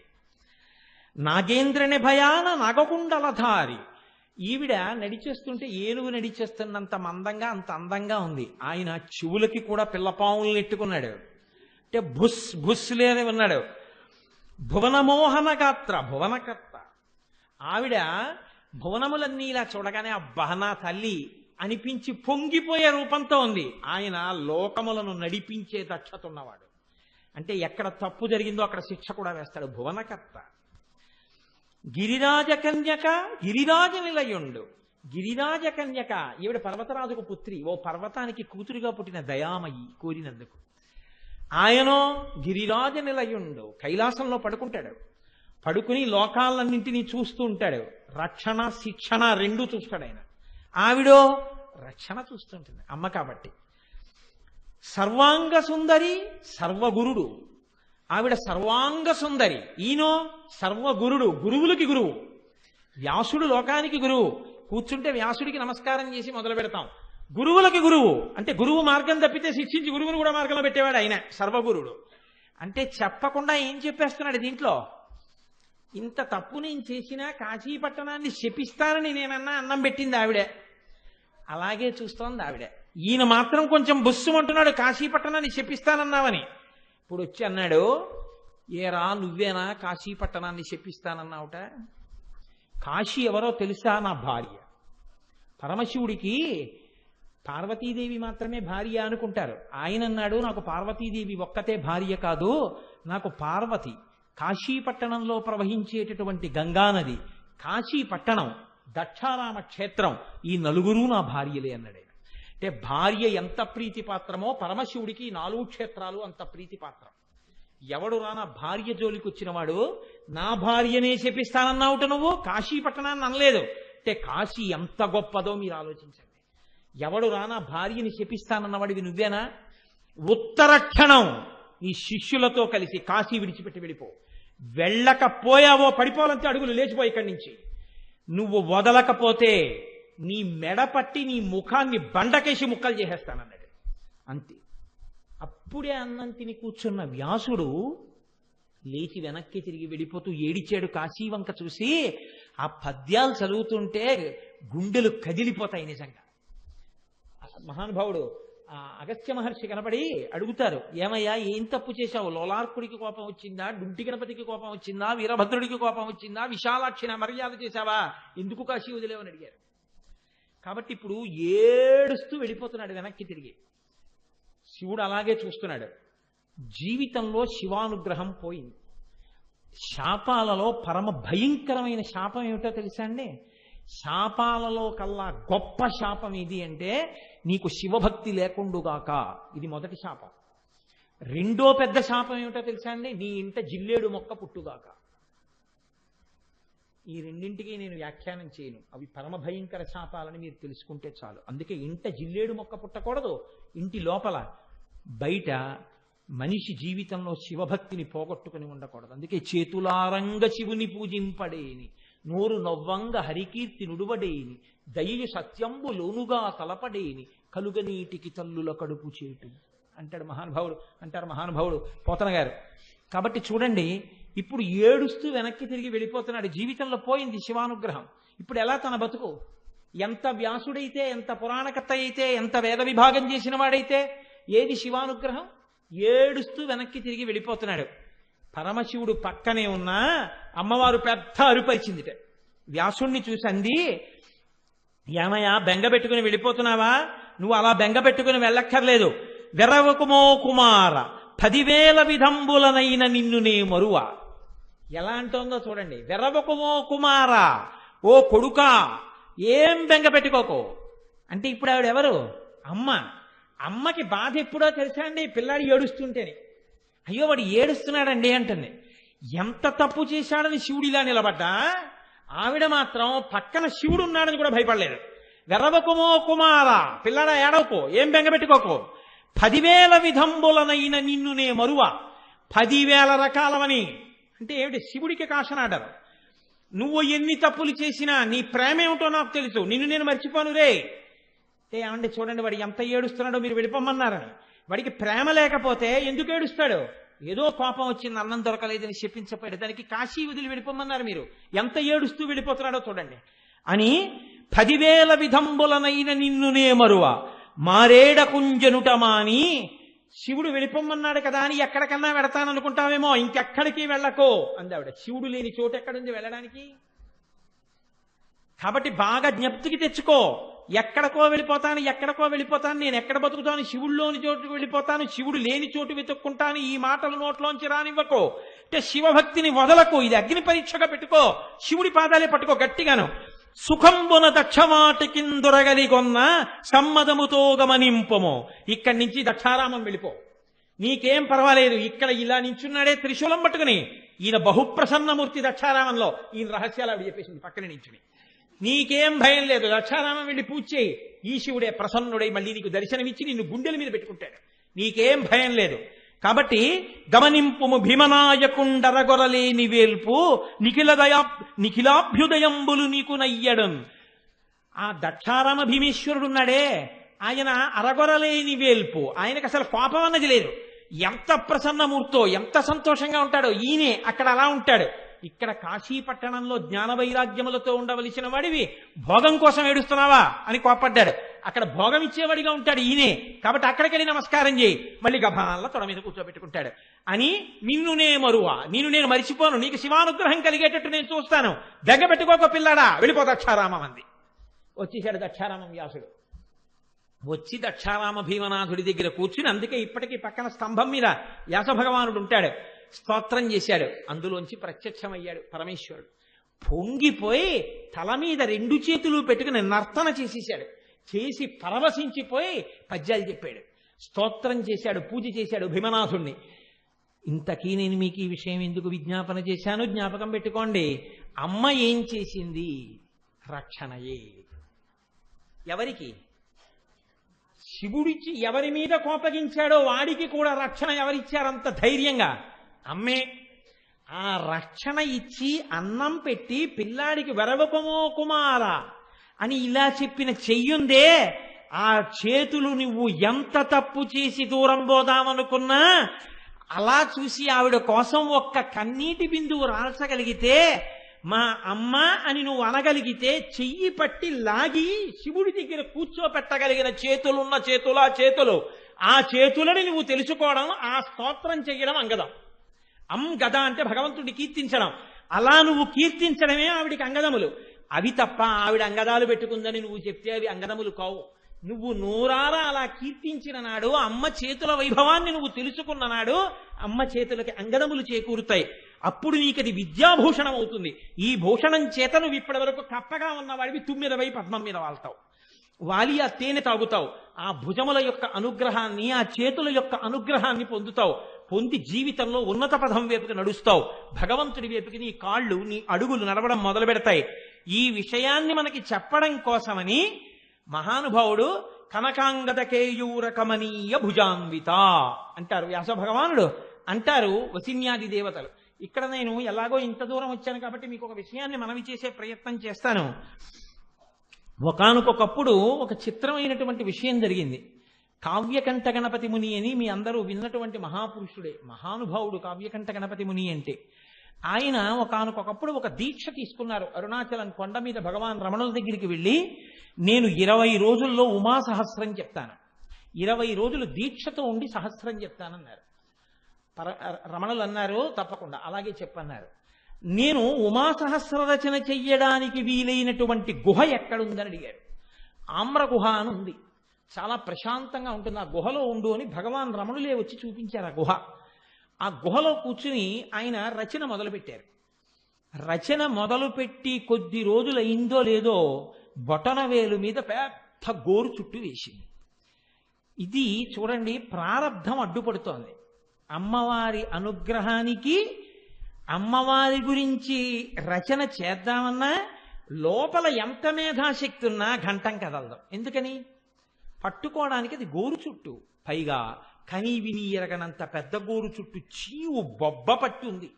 ఇలా పట్టుకుంటే పోటు, అది గట్టిగా పట్టుకుంటే కానీ అక్షరాలు రాయలేరు. లోపల ప్రవాహం ఉంది సంస్కృతం, రాద్దామంటే కదలదు ఘంటం. రాయలేక వదిలిపెట్టేశారు. దీక్షలోనే ఉన్నారు, 20 రోజులు కదా తగ్గుతుందేమోనని. అప్పటికి 19 రోజులు అయిపోయింది. ఇంకా దగ్గరగా అప్పటికి 250 శ్లోకాలు రాయాలి. అంటే 1000 పాదములు పూర్తవ్వాలి. అవలేదు. ఆయన శిష్యులందరూ వచ్చి అన్నారు, మీ దీక్ష పాడైపోయినట్టే. అంటే ఉమాసహస్రం అవదా? ఈ 20 రోజుల్లో చేస్తానన్న మీ దీక్ష పూర్తవలేదు, కాబట్టి మీరు అనుకున్నది నెరవేరట్లేదు. అంటే ఆ తల్లి అనుగ్రహము కలగలేదా అనుకున్నారు. కావ్యకంఠ గణపతిని ఘంటం పక్కన పెట్టి, నన్ను ఏ ప్రారబ్ధం వెంబడించి బొటనవేలు మీద నాకు గోరు చుట్టుగా నిలబడిందో, ఈ గోరు చుట్టుని కూడా తీసి నా చేత మిగిలిన 250 శ్లోకముల రచన ఆ తల్లియే పూర్తి చేయాలి. ఆ అమ్మ అనుగ్రహం కలిగిందా? ఆ చేతులకు అనుగ్రహం కలిగిందా? నా చేత ఎందుకు చేయించవు అనుకున్నారు. పడుకున్నారు. రాత్రి తెల్లవారితే 20వ రోజు రాత్రి పడుకున్నారు. తిరువన్నామలైలోనే పుణ్యకోటి అని ఒక వైద్యుడు ఉన్నాడు. ఆయన కల్లోకి ఒక వృద్ధ బ్రాహ్మణుడు వెళ్ళాడు. ఏమయ్యా ఇంత గొప్ప వైద్యశాస్త్రం తెలుసున్నవాడివి, చేతకాని వాళ్ళ పడుకున్నావు. అరుణాచలం కొండ మీద ఆమ్రగుహలో ఒక బ్రాహ్మణుడు ఉన్నాడు, ఉమాసహస్ర రచన చేస్తున్నాడు. దీక్షాకాలం పూర్తయిపోయింది, 20వ రోజు. నీ శక్తినంతటినీ ప్రదర్శించి నీ దగ్గర ఉన్నటువంటి శస్త్రచికిత్సా పరికరములన్నీ పట్టుకుని కొండ మీదకి వెళ్ళి ఆయన వేలుకి ఉన్న వ్రణాన్ని, గోరు చుట్టుని తొలగించి కట్టుకట్టి ఆయనతో ఉమాసహస్రం పూర్తి చేసే శక్తిని అన్నారు. ఆయన తెల్లబోయి ఈ శస్త్రచికిత్స చేసేటటువంటి పరికరాలన్నీ పట్టుకుని అరుణాచలం కొండ మీదకి వెళ్ళి విరూపాక్ష గుహలో ఉన్న రమణుల దగ్గరికి వెళ్ళారు. ఆయనకి కావ్యకంఠ గణపతి మనకి తెలియదు. వెళ్ళి రమణుల యొక్క చేతులు కాళ్ళ వంక చూస్తున్నారు. ఆయన అన్నారు, ఎందుకు అలా చూస్తున్నావు అన్నారు. మీకు గోరు చుట్టు పుట్టిందని రాత్రి నాకు కల్లోకి వచ్చి చెప్పిందే అన్నారు. నాకు కాదు, ఆమ్రగుహలో ఉన్నారు ఆయనకి అని భగవాన్ రమణులు ఆయన్ని తీసుకెళ్లారు. ఆయన అమ్మవారు ప్రవేశించిందండి ఆయనలో. ఎంత గమ్మత్తుగా ఆపరేషన్ చేసేశారంటే మొత్తం గోరు చుట్టంతా తీసి కట్టుకట్టేశారు. 20వ రోజు రాత్రి 8 అయింది. ఇంకా కట్టుకట్టిన నిప్పికి ఘంటం పట్టుకోలేకపోతున్నారు. తెల్లవారే లోపల, అనగా ఇంచుమించుగా రాత్రి వేకువజాము వచ్చేసే లోపల, బ్రాహ్మీ ముహూర్తం వచ్చేసే లోపల పూర్తయిపోవాలి. 250 శ్లోకాలు, 1000 పాదాలు పూర్తవ్వాలి. ఎలా అవుతుంది? ఇంతలో అకస్మాత్తుగా శిష్యులు అన్నారు, 250 శ్లోకాలు అవ్వాలి కాబట్టి 5 లేఖకుల్ని తీసుకొస్తాం. 5 పుస్తకాలు పట్టుకుని కళాలు పట్టుకు కూర్చుంటారు. ఇంకా కొద్ది సమయమే మిగిలింది, ఈ 250 శ్లోకాలు చెప్పేస్తారా అన్నారు. తీసుకురండి చెప్పేస్తా అన్నారు కావ్యకంఠ గణపతి. ఇప్పుడు శారద నాలుక మీద నిలబడిపోయింది. ఇప్పుడు ఆ గోరు చుట్టు చేతిని ఇలా ఒళ్ళో పెట్టుకుని కూర్చున్నారు కళ్ళు మూసుకొని. అంతే, ఎక్కడి నుంచి వచ్చారో తెలియదు. గబ గబ గబ గబ అడుగులేసుకుంటూ రమణ మహర్షి వచ్చారు. ఆ వెనకాతల అరుగెక్కి పడుకున్నారు. ఏమీ లేదు, నిద్రపోయారు. ఎందుకు వచ్చారో తెలియదు, ఎందుకు పడుకున్నారో తెలియదు, పడుకున్నారు. ఈయన చెయ్యిలా పెట్టుకుని 5 లేఖకుల వంక చూస్తూ 5 వృత్తాలతో శ్లోకాలు చెప్పారు. ఈయనకో పాదం, ఈయనకో పాదం, ఈయనకో పాదం, ఈయనకో పాదం, ఈయనకో పాదం. మళ్ళీ మొదటికొచ్చి ఈయనకో పాదం, ఈయనకో పాదం, ఈయనకో పాదం, ఈయనకో పాదం, ఈయనకో పాదం. 5 లేఖకులకి 2 గంటల్లో 250 శ్లోకాలు 1000 పాదాలతో పూర్తి చేశారు. వాళ్ళు చెయ్యెత్తకుండా రాసేశారు 250 శ్లోకాలు. బ్రాహ్మీ ముహూర్తం అవుతోందంటే దిగ్గున లేచారు రమణ మహర్షి. నే చెప్పినవన్నీ రాసుకున్నావా అన్నారు. ఆయనే ఆత్మయై శారదయై కావ్యకంఠ గణపతి మునిని ఆవహించి చెప్పించి పూర్తి చేయించేసింది అమ్మవారు. 1000 నామాలతో 1000 శ్లోకాలతో ఉమాసహస్రం పరమ ప్రఖ్యాతమైపోయింది. అయిపోతే తెలతెలవారుతోంది, దీక్ష పూర్తవుతోంది, ఉమాసహస్రం పూర్తయిపోయింది. అప్పుడే మహానుభావుడు పొంగిపోతూ ఇది రమణులు తాతో చెప్పించారు అని ఆఖరి శ్లోకంతో పూర్తి చేశారు. ఆయన పూర్తి చేస్తూ ఆయన ఒక మాట అంటారు ఉమాసహస్రంలో, ఈ శ్లోకాలు విన్నంత మాత్రం చేత జగదంబ చేతుల యొక్క అనుగ్రహం మనకి కలుగుతుందండి. ఆ చేతుల యొక్క రక్షణ, ఆ చల్లతనం మనకి ప్రసరిస్తుంది. ఆయన అంటారు, గణపతియే స్తనఘటయోహో పదకమలే సప్తలోక భక్తేభ్య అధరపుటే త్రిపురజితే దదాసి పీయూషమంబత్వం. అమ్మా, ఒక తామర పువ్వులో మకరందము పువ్వులో మాత్రమే ఉంటుంది. ఒక అమృత భాండమునందు ఒక పాత్రలో మాత్రమే అమృతం ఉంటుంది. కానీ జగదంబ నీ యందు 3 చోట్ల అమృతం ఉంది. ఈ 3 చోట్ల అమృతం 3 కోసం ఉంది. నీ స్తనములలో అమృతం ఉంది, అది గణపతి కోసం పెట్టావు. ఎందుకన్నారు ఈ మాట? అమ్మవారి యొక్క ఆ స్తనములలోంచి స్రవించిన జ్ఞానక్షీరం ఆయనకు అందబట్టే 250 శ్లోకాలు పైకొచ్చాయి. గణపతి కోసం ఉందండంలో రహస్యం. అమ్మ కొడుకు గణపతి, తాను కొడుకు. కాబట్టి అమ్మ గణపతి కోసం స్తనాల్లో అమృతం పెట్టుకున్నావు, పరమశివుడి కోసమని అధరంలో అమృతాన్ని పెట్టుకున్నావు, పరమభక్తులైన వారి కోసం నీ పాదాల్లో అమృతాన్ని పెట్టుకున్నావు. అమ్మ 3 చోట్ల అమృతాన్ని పెట్టుకుని 3 తరింపచేస్తున్నావమ్మా. అంతెత్తిలా తల కూడా ఎత్తలేమని పాదములలోనే అమృతాన్ని పెట్టుకున్నావా తల్లి? ఆ పాదములను ఇలా నువ్వే చూపిస్తున్నావా? అమృతం దొరికే చోటు ఇదే అని ఇలా చూపిస్తున్నావా? ఈ చెయ్యి చూపించగట్టి కదమ్మా నీ పాదాల మీద పడి అమృతత్వాన్ని పొందుతున్నామని స్తోత్రం చేశారు ఉమాసహస్రంలో. ఆ చేతులు ఎంత గొప్పవో మీరు అవలోకించండి. అందుకే శంకర భగవత్పాదులు అంటారు, మృణాళీ మృద్వీనాం తవ భుజలతానాం చతసృణాం చతుర్భిః సౌందర్యం సరసిజ భవస్తౌతి వదనైః నకేభ్యః సంత్రస్యన్ ప్రథమమధనాదంధకరిపో చతుర్నాం శీర్షాణాం సమమభయ హస్తార్భనదియా అంటారు. ఎంత తచ్చతురతతో వేశారో ఆ శ్లోకాన్ని. మృణాళీ మృద్వీనాం తవ భుజ లతానాం చతసృణాం. మృణాళి అంటే తామర తూడు. అమ్మా నువ్వు ఇలా కదా ఉంటావు, ఇలా కదా చెయ్యి చూపిస్తుంటావు. చూపిస్తున్నప్పుడు నీ ఈ చెయ్యి తామర తూడులో ఉంటుంది. ఈ చెయ్యి ఇక్కడ చెయ్యో పాణియో తామర పువ్వులో ఉంటుంది. అమ్మవారి చేతులు తామర పూలే, పాదాలు తామర పూలే, కళ్ళు తామర పూలే, మొహము తామర పువ్వే, అన్ని తామర పూలే. ఎందుకో తెలుసా అండి? మనం భృంగమై వాటి మీద నిలబడాలని, మనం తుమ్మెదలమై అక్కడ వాలి ఆ మకరంద పానం చెయ్యాలని అన్ని పద్మాలతో పోలుస్తారు. షట్పదీ స్తోత్రంలో శంకర భగవత్పాదులు చెప్తారు ఈ రహస్యాన్ని. అందుకని అమ్మ నీ చేతులు తామర పూలు, ఇవి తామర తూళ్ళు. మృణాళీ మృద్వీనాం, ఇలా తామర తూడుల్లా ఉన్నటువంటి నీ యొక్క చేతులకి పాణి తామర పువ్వులా ఉంది. ఉంటే గమ్మత్తేం జరిగింది? చతుర్భి సౌందర్యం సరసిజ భవస్తౌతివదనై. ఇప్పుడు ఎక్కడ పుట్టిన వాళ్ళకి ఆ జాతితో సంబంధం ఉంటుంది కదండి. మనుష్యులకి మనుష్యులంటే ప్రేమ. ఎందుకని అంటే ఒక మనిషి అలా వెళ్ళిపోతున్నాడు అనుకోండి, ఇంకో మనిషికి కష్టం వస్తుంది అనుకోండి, ఆయన ఎవరో తెలియక్కర్లేదు, ఇలా వెళ్ళిపోతున్నాడు, ఆయన ఎవరో పడిపోయాడు స్కూటర్ మించి, అయ్యో తన స్కూటర్ ఆపేసి గబగబా వెళ్ళి తీసి పక్కన కూర్చోపెట్టి ఏమన్నా దెబ్బ తగిలిందా అని కాలు పట్టుకుని రాసి, పాదం ఏం నెప్పట్లేదు కదా అని ఒకసారి పట్టి గబగబా వెళ్ళి ఓ సోడా పట్టుకొచ్చి ఆయనకు పట్టించి, ఏం పర్వాలేదు లేండి మేస్టర్ తగ్గిపోతుంది, ఎక్కడ హాస్పిటల్ కానీ తీసుకెళ్ళినా పక్కనే ఉందంటాడు. ఎందుకన్నాడు? ఈయన మనిషి, ఇంకో మనిషి కష్టం తెలుసు. శంకరాచార్యుల వారు ఎంత చమత్కారం చేశారో తెలుసా అండి? అందరికన్నా ముందు బ్రహ్మగారిని ఎందుకు నువ్వు అమ్మ రక్షించావో తెలుసా? నీ చెయ్యి తామర పువ్వు, ఆయన తామర పువ్వులోంచి పుట్టాడు కాబట్టి. ఈ రెండింటికి తామర పువ్వు సంబంధం ఉంది. మనిషి మనిషిని రక్షించుకున్నట్టు తామర పువ్వు లాంటి చెయ్యున్నతానివి కాబట్టి తామర పువ్వులోంచి పుట్టిన వాడిని రక్షించావు. ఎందుకని? చతుర్ముఖ బ్రహ్మగారు శ్రీమన్నారాయణుని యొక్క నాభి కమలంలోంచి పుట్టారు కాబట్టి, ఆ కమల సంభవుడు కాబట్టి, అమ్మవారి చెయ్యి కూడా కమలంలా ఉంటుంది కాబట్టి రెండింటికి దగ్గర సంబంధం, రక్షించావు. బ్రహ్మగారిని రక్షించవలసిన అవసరం అమ్మవారికి ఎప్పుడు వచ్చింది అంటే, మృణాళీ మృద్వీనాం తవ భుజలతానాం చతసృణాం చతుర్భి సౌందర్యం సరసిజ భవస్తౌతివదనై నఖేభ్య సంత్రస్సన్ ప్రథమమథనాదంధకరిపోహో. అంధకరిపోహో అంటే అంధకాసురుడికి శత్రువైనటువంటి పరమశివుడు బ్రహ్మగారి పట్ల ఒక పెద్ద విషయం ఒకటి చూపించాడు. ఒకానొకప్పుడు ఎవరం గొప్పవాళ్ళమని ఒక పెద్ద సంవాదం ఒకటి వచ్చింది. బ్రహ్మగారు ఎవరితోటో జగడం పెట్టుకున్నారు. జగడం పెట్టుకుని నా అంత గొప్పవాళ్ళు లేడు, నేనే సృష్టిస్తున్నాను ఇవన్నీ అని చెప్పి ఆయనకి ఎందుకో పాపం అహంకారం వచ్చింది. ఆ రోజున వచ్చి పెద్ద వాదన మొదలుపెట్టాడు. అక్కడికి పరమశివుడు వచ్చి అన్నాడు, అబ్బాయి తప్పురా, నువ్వు గొప్పవాడి ఏమిట్రా, అందరికన్నా ముందున్న వాళ్ళు ఉన్నారు, తనని తాను పొగుడుకోకుండా లోకాన్ని పాలించే వాళ్ళు ఉన్నారయ్యా, అలా నువ్వు మాట్లాడకూడదన్నాడు. అంటే వెంటనే ఆయన ఏం చూశాడంటే, మీరు నాకేం చెప్పక్కర్లేదు మాస్టారు అంటాడు ఒక్కొక్కడు. చూడండి అలా వెంటనే బ్రహ్మగారు అహంకారం కప్పేస్తే ఎలా ఉంటుందో చూడండి.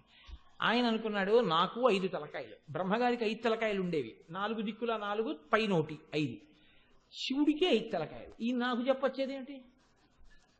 నేను ఒకసారి ఆశ్చర్యపోయానండి. ఒక ఆయన అన్నాడు ఏదో తప్పు చేశాడు, స్కూటర్ పెట్టకోవడం చోట పెట్టాడు. పాపం ఎవరో హోమ్ గార్డ్స్ ఉంటారు కదా డ్యూటీలో, ఆవిడ వచ్చింది, మాస్టర్ ఇక్కడ పెట్టకండి స్కూటర్, ఇక్కడ పెట్టకూడదు, ఇది నో పార్కింగ్ ఏరియా, ఇక్కడ తీసి అక్కడ పెట్టండి అన్నాడు. అంటే ఈయన అన్నాడు ఇలా పైనుంచి కిందకి చూసి, నేను ఇప్పుడే కొట్లోకి వెళ్ళొస్తాను అని వెళ్ళిపోతున్నాడు. ఆవిడంది ఏమంటే ఇది నో పార్కింగ్ జోన్, లారీ వస్తే ఎక్కించేస్తాను. ఏం మాట్లాడుతున్నావు అన్నాడు వచ్చి. ఏం మాట్లాడుతున్నావు ఏంటి? నా డ్యూటీ నేను చేస్తున్నాను, ఇక్కడ పెట్టకూడదని చెప్పాను మీకు, కాబట్టి తీసి అలా పక్కన పెట్టుకోండి, ఖాళీగా ఉంది కదా అక్కడ పెట్టుకోండి, మీరు ఇక్కడే పెట్టకూడదు అని చెప్తుంటే ఇక్కడ పెడతానంటారేంటి, తీసేసేయండి ఇక్కడి నుంచి అంది ఆవిడ. ఎంతో మర్యాదగా చెప్పింది. చెప్తే ఆయన అన్నాడు, నువ్వు నాకు చెప్పొచ్చేంత దానివా, నా బేసిక్ అంత ఉండదు నీ జీతం అన్నాడు. ఈయన బేసిక్ అంతా ఆవిడ జీతం లేకపోతే మాత్రం ఆవిడ విధి ఆవిడ చేస్తే, ఆవిడతో మధ్యలో నా బేసిక్ అంతా నీ జీతం లేదేటన్నా. ఆవిడ ఏం చేసిందో తెలుసా అండి, అలా వెళ్ళిపోయింది. ఈయన కొట్లోకి వెళ్ళాడు. ఆవిడ మళ్ళీ వచ్చి ఆ స్కూటర్ డొక్కు తీసి ఆ పక్కన చెప్పుల కొట్లోనే ఇక్కడ పెట్టేసింది. వాళ్ళకి ఆ కొట్ల వాళ్ళందరూ పరిచయం. బయటికి వచ్చి కిక్కు కొట్టుకోబోయాడు, దానికి డొక్కు లేదు పక్కన.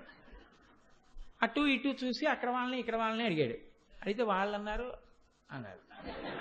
ఇప్పుడు ఆవిడ దగ్గరికి వెళ్ళి నా స్కూటర్ తీసేట, అది నో పార్కింగ్ ఏరియా, అక్కడ పెట్టకూడదు, తీసేశాను, కాసేపట్లో వ్యాన్ వస్తుంది, అందులో స్కూటర్ కూడా పట్టుకుపోతారు, కోర్టుకి ఫైన్ కట్టి తీసుకోండి. ఇప్పుడు ఆవిడ వెంట ఇలా చేతులు కట్టుకుని అంటే మేడం అప్పుడు ఏదో షాప్లోకి వెళ్తున్నాను, ఏదో కోపంలో ఏదో అన్నాను, మీరు అలా మనసులో పెట్టుకోకండి మేడం, అది ఎక్కడుందో చెప్పండి, ఇచ్చేయండి మేడం, ప్లీజ్ మేడం. ఏమిటి ఇప్పటిదాకా బేసిక్ అన్నవాడు మేడం మేడం. ఎందుకు ఆ ప్రారంభం? చెప్పినప్పుడు ఇక్కడ స్కూటర్ తీసి అక్కడ ఎడితే అయిపోయి దానికి అహంకారం ఏంటండి? ఇక్కడ స్కూటర్ తీసి అక్కడ ఎట్టడానికి అహంకారం ఏంటి? చాలా విచిత్రంగా ఉంటుంది ఒక్కొక్కడి మనస్తత్వం, అహంకార గ్రస్తం అయిపోయి ఉంటాయి.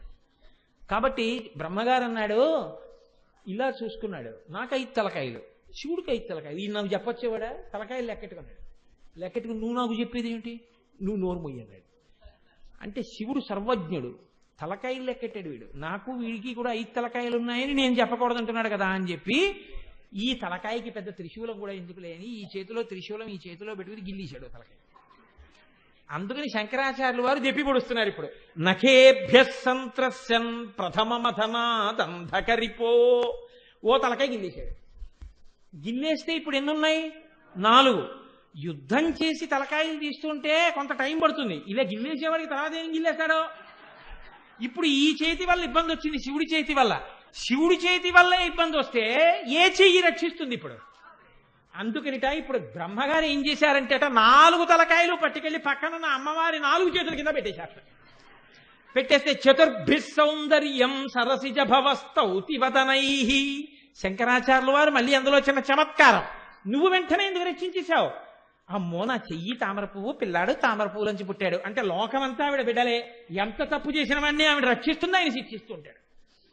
ఆవిడేం చేసిందిట, తండ్రి కోట్తుంటాడు పిల్లాడిని, ఎరా నువ్వే తీసావా 5 రూపాయలు అని, చంపేస్తారా ఏంటి ఆ కొట్టేయడం ఏంటి పిల్లాడిని అని ఇలా పొదివి పుచ్చేసుకుని ఇలా పెట్టేసుకుని ఇటు కొట్టబోతుంటే ఇటు తిరుగుతుంది, ఇటు కొట్టబోతుంటే ఇటు తిరుగుతుంది. తిరిగితే ఆఖరికి ఏ గాజు మీద తప్ప రక్కుకుపోయింది. ఏమిటండి మీరు మీ మోటతనం, ఏడవండి నువ్వు నీ పిల్లాడు అని వెళ్ళిపోతాడు తండ్రి.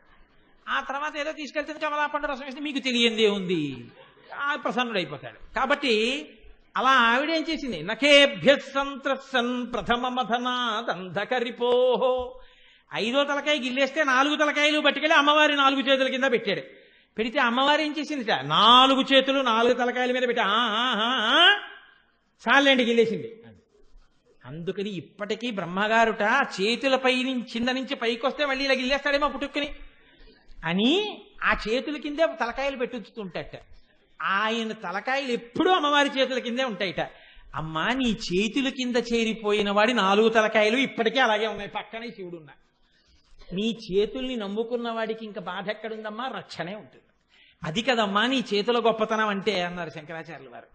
మహానుభావుడు సమగ్రంగా సారాంశాన్ని అంతటినీ తీసుకొచ్చి ఒక్క శ్లోకంలో ఆవిష్కరించేస్తారండి. అది శాంకర ప్రజ్ఞ. ఆయన అంటారు ఒక చోట, ఎంత గమ్మత్తుగా మాట్లాడతారు ఆయన అంటారు, నఖానామద్యోతైర్నవనలిన రాగాం విహసతాం కరాణాంతే కాంతిం కథయ కథయామ కథము మే కయాచిద్వాసాంయం భజతు కలయా హంతకమలం ఇది క్రీడల్లక్ష్మీ చరణతలలాక్షారసచనం అన్నారు. అమ్మా నీ చేతులు ఇలా పెట్టి కూర్చుంటే ఇలా చూసినప్పుడు ఈ వేళ్ల యొక్క చివరి భాగాలకు ఉన్నటువంటి గోళ్ళున్నాయే, ఈ గోళ్ళు ఎర్రటి కాంతులతో ఉన్నాయి. ఈ ఎర్రటి కాంతులు ఎలా ఉన్నాయంటే అమ్మా తామర రేకుల చివర్ల భాగంలో ఉండేటటువంటి ఎర్రటి కాంతి ఎలా ఉంటుందో అలా ఉన్నాయి అని పక్కన అయిపోయారు. ఆగిపోయి వెంటనే అన్నారు, అమ్మా కాంతిం కథయ కథయామ కథముమి. ఏమి పడిపోతాయో శంకర భగవత్పాదులకి ఆ శ్లోకాలు నిజంగా. అమ్మా అనేశాను కానీ ఇలా ఎలా కుదురుతుందమ్మా? తామర పువ్వు యొక్క రేకు చివర ఉన్న ఎరుపుతనానికి నీ వేళ్ల చివర ఉన్నటువంటి గోళ్ల కాంతికి సమానమా? ఇలా ఎలా అన్నానమ్మా? అలా ఎలా సరిపోతుంది? ఆ కాంతి సరిపోదే నాయన, ఇది కొంచెం తిప్పుదురు బాబు, ఒంట్లోంచి చెమటంతా వచ్చేస్తోంది నాకు లోపల కదా వేడికి. అందుకని ఆయన అంటున్నారు, ఈ గోళ్లలోంచి వచ్చేటటువంటి ఎర్రటి కాంతులు తామర రేకుల యొక్క చివర్లో ఉండేటటువంటి కాంతులకు సరిపోతాయన్న మాట నేను ఎలా చెప్తాను అంటే, అమ్మా నాకు అర్థమైంది, నేను చెప్తే కదా అది అబద్ధమో నిజం, నీ చెప్తే కదా నాలోంచి పలికానంటే నేనా పలుకుతున్నది, నువ్వే పలికిస్తున్నావు అంటే నువ్వు చెప్పింది నిజం చేసుకోవడం నీ వంతి. అంటే ఇప్పుడు ఈయన తామర రేకుల చివరి భాగం ఎంత ఎర్రగా ఉంటుందో అమ్మవారి గోళ్ళు అంత ఎర్రటి కాంతులతో ఉంటాయన్న మాట ఎవరు నిజం చెయ్యాలట? అమ్మవారు నిజం చెయ్యాలట. అమ్మవారు ఎలా నిజం చెయ్యాలి? వెంటనే అమ్మవారు శంకరాచార్యుల వారికి ఒక స్ఫురణమిచ్చింది. వెంటనే శంకరులు దాన్ని ఎలా పూర్తి చేశారంటే, అమ్మా తామర పువ్వుకి తనంత తానుగా ఆ రేకుల చివరి భాగంలో ఉండేటటువంటి ఎరుపు ఎప్పటికీ నీ గోళ్ల ఎరుపుతనంతో సరిపోదు, కానీ ఒక్క కారణానికి మాత్రం సరిపోతుంది. ఎలా సరిపోతుందో తెలుసా? లక్ష్మీదేవి ఎక్కడుంటుంది? పద్మంలో ఉంటుంది. పద్మంలో కూర్చుంటుంది. పద్మంలో కూర్చున్న లక్ష్మీదేవి ఏం చేస్తుంది? ఆడవాళ్ళందరూ ఏం చేస్తారో అదే చేస్తుంది. ఏం చేస్తుంది? గొప్ప సువాసిని కనుక పెద్దింటి తల్లి కాబట్టి కాళ్ళకి పసుపు రాసుకుంటుంది. పసుపు రాసుకుని కాళ్ళకి ఇలా వేలుతో లత్తుక పెట్టుకుంటుంది.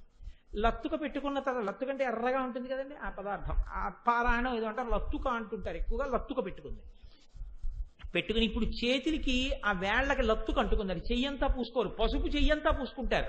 లత్తుక వేళ్లకే అంటుకుంటుంది. ఆ వేలుతోటే పాదానికి ఇలా తిప్పుకుంటారు. ఇలా రెండు వేళ్లతో ఇలా ఇలా ఇలా ఇలా ఇలా పూసుకుని చక్కగా ఇలా పైన ఇలా పెట్టుకుని ఒక వేలుతో ఇలా ఓ బొట్టులా పెట్టుకుంటారు కదా. అందుకని ఈ మూడు వేళ్లకో ఈ వేళ్లకో లత్తుక అంటుకుంటుంది. లత్తుక అంటుకుంటుంది కాబట్టి ఇప్పుడు ఈ వేళ్లకే పసుపు కడిగేసుకోరు, అదొక సౌభాగ్య సూచన కాబట్టి అలా ఉంచుకుంటారు. లత్తుక పూసేసుకోరు ఒంటికి. కాబట్టి ఏం చేస్తారంటే, ఇప్పుడు ఇది ఒళ్ళంతా అంటుకుంటుందేమో, చేతికి తడిగా ఉంటుంది కదా అని చేయి తుడుచుకునే బట్ట అని ఒకటి ఉంటుంది ఎప్పుడు వంటింట్లో. లేకపోతే ఆడవాళ్ళు పక్కన నాప్కిన్ లాంటిది ఏదో ఉంచుకుంటారు. దానికి ఏం చేసిందంటే ఆవిడ ఇలా తుడిచింది. ఆవిడ ఎక్కడ కూర్చుంది? తామర పువ్వులో కూర్చుంది. కాబట్టి ఇప్పుడు ఆ లత్తుక చేతులను ఎక్కడ తుడిచింది? ఆ తామర రేకుల యొక్క చివర బట్టకు తుడిచినట్టు తుడిచేసింది. తుడిచేస్తే లక్ష్మీదేవి కాళ్ళకి పారాణి పెట్టుకున్న చేత్తో తుడిచినటువంటి ఆ లత్తుగా అంటుకున్న తామర రేకుల యొక్క చివరి భాగానికి ఉన్న ఎరుపు కాంతులు బహుశः నీ గోళ్ల కాంతులలో 16వ వంతుకి ఏమైనా పోటీ చేయగలవేమో అని అనుకుంటున్నానమ్మా అన్నారు శంకరాచార్య. అమ్మవారి యొక్క చేతి చివర గోళ్ల కాంతులు అంత అందంగా ఉంటాయని సమర్థన చేశారు. చేసి చెరిగిపోని ముద్ర వేసేస్తారండి శంకర భగవత్పాదులు. ఆయన శ్లోకాలు ధ్యానం చేస్తుంటే మీకు కళ్ళల్లో కనపడుతుందన్నమాట, అలా వర్ణన చేస్తారు ఆయన. కాబట్టి శంకర భగవత్పాదులు ఒక చోట అంటారు, అసలు అమ్మవారి చేతుల గురించి తెలుసుకోవడం అంటే ఏమిటో తెలుసా? జపోజల్ప శిల్పం సకలమపి ముద్రా విరచన గతి ప్రాదక్షిణ్యాక్రమణమశనాద్యాహుతి విధి ప్రణామ సంవేశ సుఖమఖిలమాత్మార్పణ దృశ అంటారు. అందులో సపర్యాపర్యాయస్తవ భవతు ఎన్నే విలసితం. అమ్మా అసలు నీ చేతుల గురించి తెలుసుకోవడం అంటే ఏమిటంటే, మనిషి లోపల ఉన్నటువంటి ఏ శక్తి అయినా ఏ కదలిక అయినా ఆ తల్లి అనుగ్రహంతో, ఆ తల్లి చేతి అనుగ్రహం వల్ల కదలగలిగిన శక్తి ఉన్నది అని తెలుసుకోవడమే. అలా ఎవడు తెలుసుకున్నాడో వాడు జపోజల్ప, పనికి మాలిన మాటలు మాట్లాడాడు. వాడు మాట్లాడితే అమ్మవారి గురించి మాట్లాడతాడు, ఈశ్వరు గురించి మాట్లాడతాడు. కాబట్టి వాడు మాట్లాడితే ఆ మాటలు, అమ్మో అమ్మవారు మాట్లాడే అనుగ్రహం ఇచ్చింది పిపీలికాది పర్యంతంలో ఎవరికీ లేదు మాట్లాడగలిగిన శక్తి, నాకిచ్చింది నా తల్లి. కాబట్టి ఈ మాటలు నేను అనవసరపు మాట్లాడకూడదు, మంచి మాటలు మాట్లాడాలని తెలుసుకుంటాడు. ఇలా ఎవరు తెలుసుకుని మాట్లాడుతున్నాడో వాడు మాట్లాడిన మాటలన్నీ అమ్మా నీ స్తోత్రములే. సకలమపి ముద్రా విరచన, నీ గురించి చెప్పుతున్నటువంటి భావోద్వేగంలో కదులుతున్న చేతులు అంగన్యాస కరన్యాసముల యందు పట్టినటువంటి ముద్రలైపోతున్నాయి. కాబట్టి సకలమపి ముద్రా విరచన గతి ప్రాదక్షిణ్య, ఎక్కడికైనా కదులుతున్నప్పుడు ఈ కాళ్ళకి కదపగలిగినటువంటి శక్తి నా తల్లి ఇచ్చింది, అందుకని నడుస్తున్న ఈ కాళ్ళు అని తెలుసుకోగలిగినటువంటి ప్రజ్ఞ ఉన్నవాడెవరో, ఆ ప్రజ్ఞ ఉన్నవాడు అమ్మవారి యొక్క అనుగ్రహాన్ని అనుసంధానం చేసుకుని నడుస్తున్నాడు. కాబట్టి వాడు నడిచిన నడకలన్నీ భగవంతుడికి చేసిన ప్రదక్షిణాలైపోతున్నాయి. గతి ప్రాదక్షిణ్య క్రమణమశనాద్యాహుతి విధి. ఏది తిన్నా నేను తింటున్నానని కాకుండా లోపల ఉన్న వైశ్వానరాగ్ని తింటోంది అని చెప్పి హవిస్సుల రూపంలో ఎవడు తింటున్నాడో వాడు తిన్నదంతా అమ్మా నీ పట్ల చేసినటువంటి యజ్ఞం అయిపోతోంది. క్రమణమశనాద్యాహుతి విధి ప్రణామ సంవేశ. వాడు రాత్రి పడుకోబోయే ముందు 11 మాటలు భగవన్నామని చెప్పి పడుకొని నిద్రపోతున్నాడు. వాడి నిద్ర అంతా నీకు ప్రదక్షిణ నీకు చేసినటువంటి సాష్టాంగ నమస్కారం అయిపోతోంది. కళ్ళు మూసుకుని నీ మ్రోలపడిన నమస్కారం అయిపోతోంది. అందుకే నిద్రపోయే ముందు ఒకటి ఊహించమంటారు. జగదంబ యొక్క మూర్తి ఉన్నట్టు ఆవిడ పాదముల దగ్గర ఉపవసించి తాను పడుకున్నట్టు తల అమ్మవారి వైపు పెట్టినట్టు అనుకుని 11 మాటలు నామం చెప్పి నిద్రపోతే మళ్ళీ తెలివి రాగానే కన్ను భగవన్మూర్తి మీద పడేటట్టుగా అలవాటు చేసుకుంటే నిద్రపోయిన నిద్రంతా సమాధి అవుతుంది. కాబట్టి నిద్రా సమాధి స్థితి సంచార పదయో ప్రదక్షిణ విధి స్తోత్రాన్ని సర్వా గిరః యద్యత్ కర్మ కరోమి తత్తదఖిలం శంభో తవారాధనం అంటారు శివమానస స్తోత్రం, శివమానస పూజా స్తోత్రంలో శంకర భగవత్పాదులు. కాబట్టి అమ్మా ప్రణామ సంవేశ సుఖమఖిలమాత్మార్పణ దృశా, నేను వేదం అనుమతించినటువంటి సుఖాలు ఏమనుభవిస్తున్నానో ఆ అనుభవిస్తున్నటువంటి సుఖాలన్నీ నీకు చేస్తున్న పూజలే. నేను భగవంతుడు నన్ను వేదంలో ఏవి అనుభవించమన్నాడో అవి నేను ఏవి చూడొచ్చో అవి నేను చూస్తుంటే నేను చూసిన చూపులన్నీ నీకు వెలిగించిన దీపాలే. అమ్మా నేను వింటున్నప్పుడు వినే అదృష్టం అమ్మవారి ఇచ్చిందని నేను విన్నటువంటి వినడాలన్నీ నీ స్తోత్రాలు వినడాలే. అమ్మా నేను ఏవి వాసన చూసినా ఈ సుగంధమంతా అమ్మవారు నిక్షేపించిన సుగంధం తప్ప, మొగ్గగా ఉన్నప్పుడు పునికి చూస్తే పసరిక వాసన, విచ్చుకున్న పువ్వులో అంత సుగంధ పరిమళం, నిన్నటి మల్లె మొగ్గలో పసరిక వాసన, సాయంకాలం విచ్చుకున్న మల్లె పువ్వులో అంత సుగంధం, ఈ సౌరభం అమ్మవారి అనుగ్రహం కదా అని వాసన చూసిన వాడు ఎవడున్నాడో వాడు అమ్మ నీ పాదముల మీద నిర్మాల్యాన్ని వాసన చూసినవాడు. కాబట్టి సుఖమఖిలమాత్మార్పణ దృశ, వాడు ఏ సుఖం అనుభవించినా, ఏ సుఖమా అంటే వేదం అనుమతించిన సుఖం, అది అమ్మా నీకు చేసిన పూజలే. అటువంటి వాడు నిరంతరము భగవంతుడితో జీవితాన్ని అనుసంధానం చేసుకుంటూ ఉంటాడు. కాబట్టి వాడు ఏది చేసినా నీ పూజగానే మారిపోతోంది. వాడు కొత్తగా చెయ్యవలసిన పూజ అని ఉండదు. వాడి ఊపిరి తీసి ఊపిరి వదిలితే పూజ. ఎందుకంటే వాడికి ఎప్పుడు అన్ని భగవన్మయంగానే కనపడుతుంటాయి. ఆ కనపడ్డంలోనే వాడు అన్ని పరాశక్తిని అనుసంధానం చేసుకోవడంలోనే, మాట్లాడితే ఈ శక్తి అమ్మదంటాడు, కదిలితే ఈ శక్తి అమ్మదంటాడు, నడిస్తే ఈ శక్తి అమ్మిచ్చిందంటాడు, ఒకటి చూస్తే ఈ శక్తి అమ్మిచ్చిందంటాడు. ఇది ఆత్మార్పణ దృశ. అన్నీ నీ పట్ల న్యాసం చేశాడు. ఇలా చేసి కదులుతున్న వాడెవడున్నాయో వాడి కదలికలన్నీ నీ చేతుల అనుగ్రహంతో కదిలిన కదలికలు. ఈ కదలికల చేత వాడేమవుతున్నాడు? వాడు సపర్యాపర్యాయస్తవ భవతు ఎన్మే విలసితం. ఇవన్నీ వాడు నీకు చేసిన ఉపచారములై వాడు నిన్నే పొందుతాడు. కాబట్టి తల్లి, ఇటువంటి శక్తి, ఇటువంటి సమన్వయం అబ్బాలి అంటే కదలిక, క్రియాశక్తి చేతులకు సంబంధించినది కనుక అమ్మా నీ అనుగ్రహం వల్ల ఈ భావనతో కూడినటువంటి కదలికలు రావలసి ఉంటుంది అని, అమ్మా నీ చేతిని ఎవరు చూసి అలా అనుసంధానం చేసుకుంటున్నారో వారు ఎటువంటి స్థితిని పొందుతారో తెలుసా అంటే, ఆ తల్లి గురించి చెప్తూ, ఆ తల్లి యొక్క వైభవం గురించి చెప్తూ మూకశంకరులు ఒక అద్భుతమైనటువంటి శ్లోకాన్ని చెప్తారు. ఎవరు అమ్మవారిని అనుసంధానం చేస్తారో వాళ్ళ వైభవం ఏ స్థితికి వెడుతుందో దానితో ఇవాళ నా ఉపన్యాసాన్ని పూర్తి చేస్తాను. వాగీశ్వరీ సహచరీ నియమేన లక్ష్మీ భ్రువల్లరీ వశకరీ భువనాని గేహం రూపం త్రిలోకనయనామృతమంబ తేషాం కామాక్షియేషు తవ వీక్షణ పారతంత్రీ. ఎవరు అమ్మవారి చేతులను అన్వయం చేసుకుని ఆ క్రియాశక్తిని అమ్మ అనుగ్రహం అంటూ బతుకుతూ కదులుతూ ఉంటాడో అటువంటి వాడి నాలుక మీద ఎప్పుడూ సరస్వతీదేవి కలిసి తిరుగుతూ పలుకుతూ ఉంటుంది. అంటే ఆయన నోరు విప్పితే ఆయన నాలుక మీద సరస్వతి నర్తిస్తుంది. ఆయన గుండెలలో కూర్చుని ఆయన నోరు విప్పగానే సరస్వతియే ఆయన నాలుక మీద తాండవం చేస్తుంది. అటువంటి శక్తి పొందుతాడు. 2, ఆయన కనుబొమల యందు ఆయన ఐశ్వర్యం ఏ పాటిది అన్నది గణనలోకి రాదు. కానీ ఆయన ఇలా అన్నాడా ఏ పనులైనా అయిపోతాయి. ఎందుకు అయిపోతాయి అంటే, ఇది ఇలా చేద్దామండి అని ఇలా కనుబొమ్మలు ఎత్తాయనంటే ఆయన సంకల్పమే శ్రీరామ రక్ష అయిపోతాయి. లక్ష్మీ కటాక్షం అంతా ఆయన కనుబొమ్మలను ఆశ్రయించి ఉంటుంది. ఆయన నవమన్మథుడై ఉంటాడు. 3 లోకములలోని సౌందర్యం ఆయనదై ఉంటుంది. అంటే ఇది భౌతిక సౌందర్యం అనుకోకండి.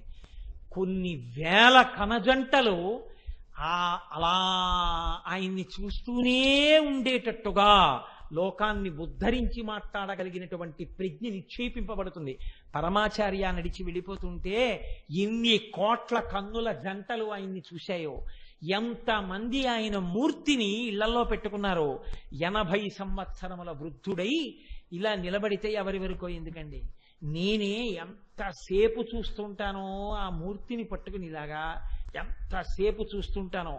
ఉరప్పంజరం కనపడుతూ ఇలా లోపలికి వెళ్ళిపోతే ఈ గుండె పైకి కనపడుతూ, ఈ కన్ను ఒకటి బలహీనత చేత ఇలా కొంచెం రెప్ప వాలిపోతే ఒక్క కన్నే పైకెత్తి తొడల వరకు కాషాయాంబరం పైకి పెట్టుకుని అప్పుడే స్నానం చేసొచ్చి, ధర్మం తప్పకుండా బ్రాహ్మీ ముహూర్తంలో స్నానం చేయడం వల్ల ఉనికిపోతున్న ఒంటితో ఆ సత్యదండానికి పైనున్నటువంటి వస్త్రం విప్పేసి తాడు కనపడుతూ నీట ముంచి పైకొచ్చిన సత్యదండాన్ని ఇలా పట్టుకుని నిలబడితే, ఆంతరంగికులైన శిష్యులు వచ్చి పాదముల మీద వేసినటువంటి పువ్వుల మధ్యలో ఆ ఇంతంత గోళ్లతో ఆ బొటన వేళ్ళు, ఆ వేళ్ళు చిక్కిపోయి పల్సగా తమలపాకుల్లా ఉన్నటువంటి ఆ పాదాలు, ఇంత సన్నగా అయిపోయినటువంటి కాళ్ళు, ముడతలు పడిపోయి ఇంతంత అయిపోయినటువంటి ఆ మోచిప్పలు, ఆ ముఖం వంక చూస్తే అపారమైనటువంటి కాంతి, ఆ బొట్టు, ఆ పెట్టుకున్న విభూతి రేఖల చేత ఆచ్ఛాదింపబడినటువంటి ఆ పాలభాగం,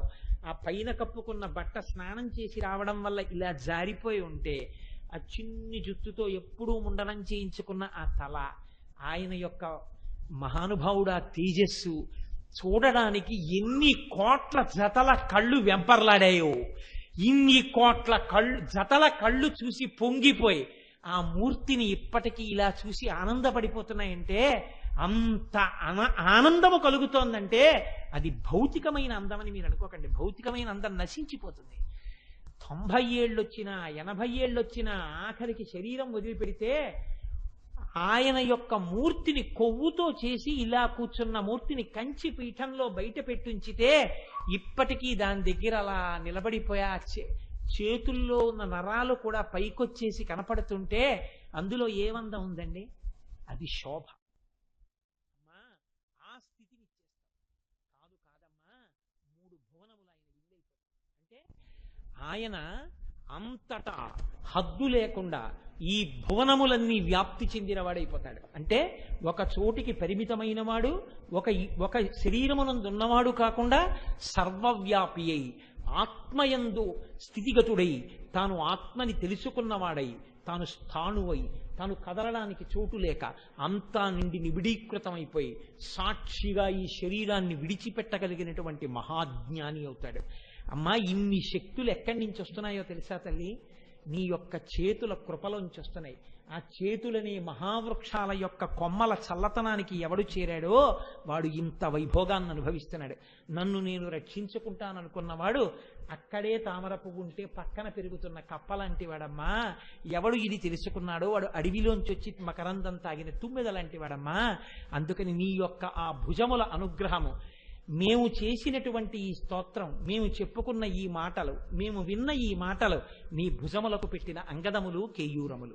మా మాటలు మేము విన్నటువంటి సమయము నీ భుజముల పాలిట అంగదములై కేయూరములై మాకు చల్లతనాన్నిచ్చి మా మనస్సుకు ఉపశాంతినిచ్చి మమ్మల్ని సరి అయిన త్రోవలో నడిపించి నీ పాదముల యందు చెక్కు చెదరని భక్తి ప్రపత్తులను మాకు కృపచేయుగాక అని స్తోత్రం చెయ్యడం.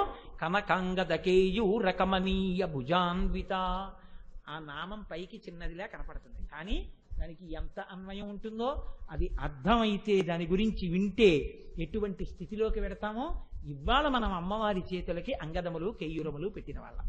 ఆ తల్లి అనుగ్రహము మన యందు పరిపూర్ణమగుగాక అని ఆ తల్లి పాదములు పట్టి ప్రార్థన చేస్తూ రేపటి రోజున ఆ తరువాతి నామాన్ని ప్రవచనం చేయగలిగిన శక్తి ఆ తల్లి శారదానుగ్రహంగా నా నాలుక మీద నర్తించి నాకు కృపచేయుగాక అని ఆ తల్లి పాదములకు సాంజలి బంధకంగా నమస్కరిస్తూ రేపు ఉదయం 6:30 మనం చక్కగా ధ్యాన శ్లోకంతో లలితా సహస్రనామాన్ని చదివేటటువంటి విధానాన్ని అనుసంధానం చేసుకుందాం.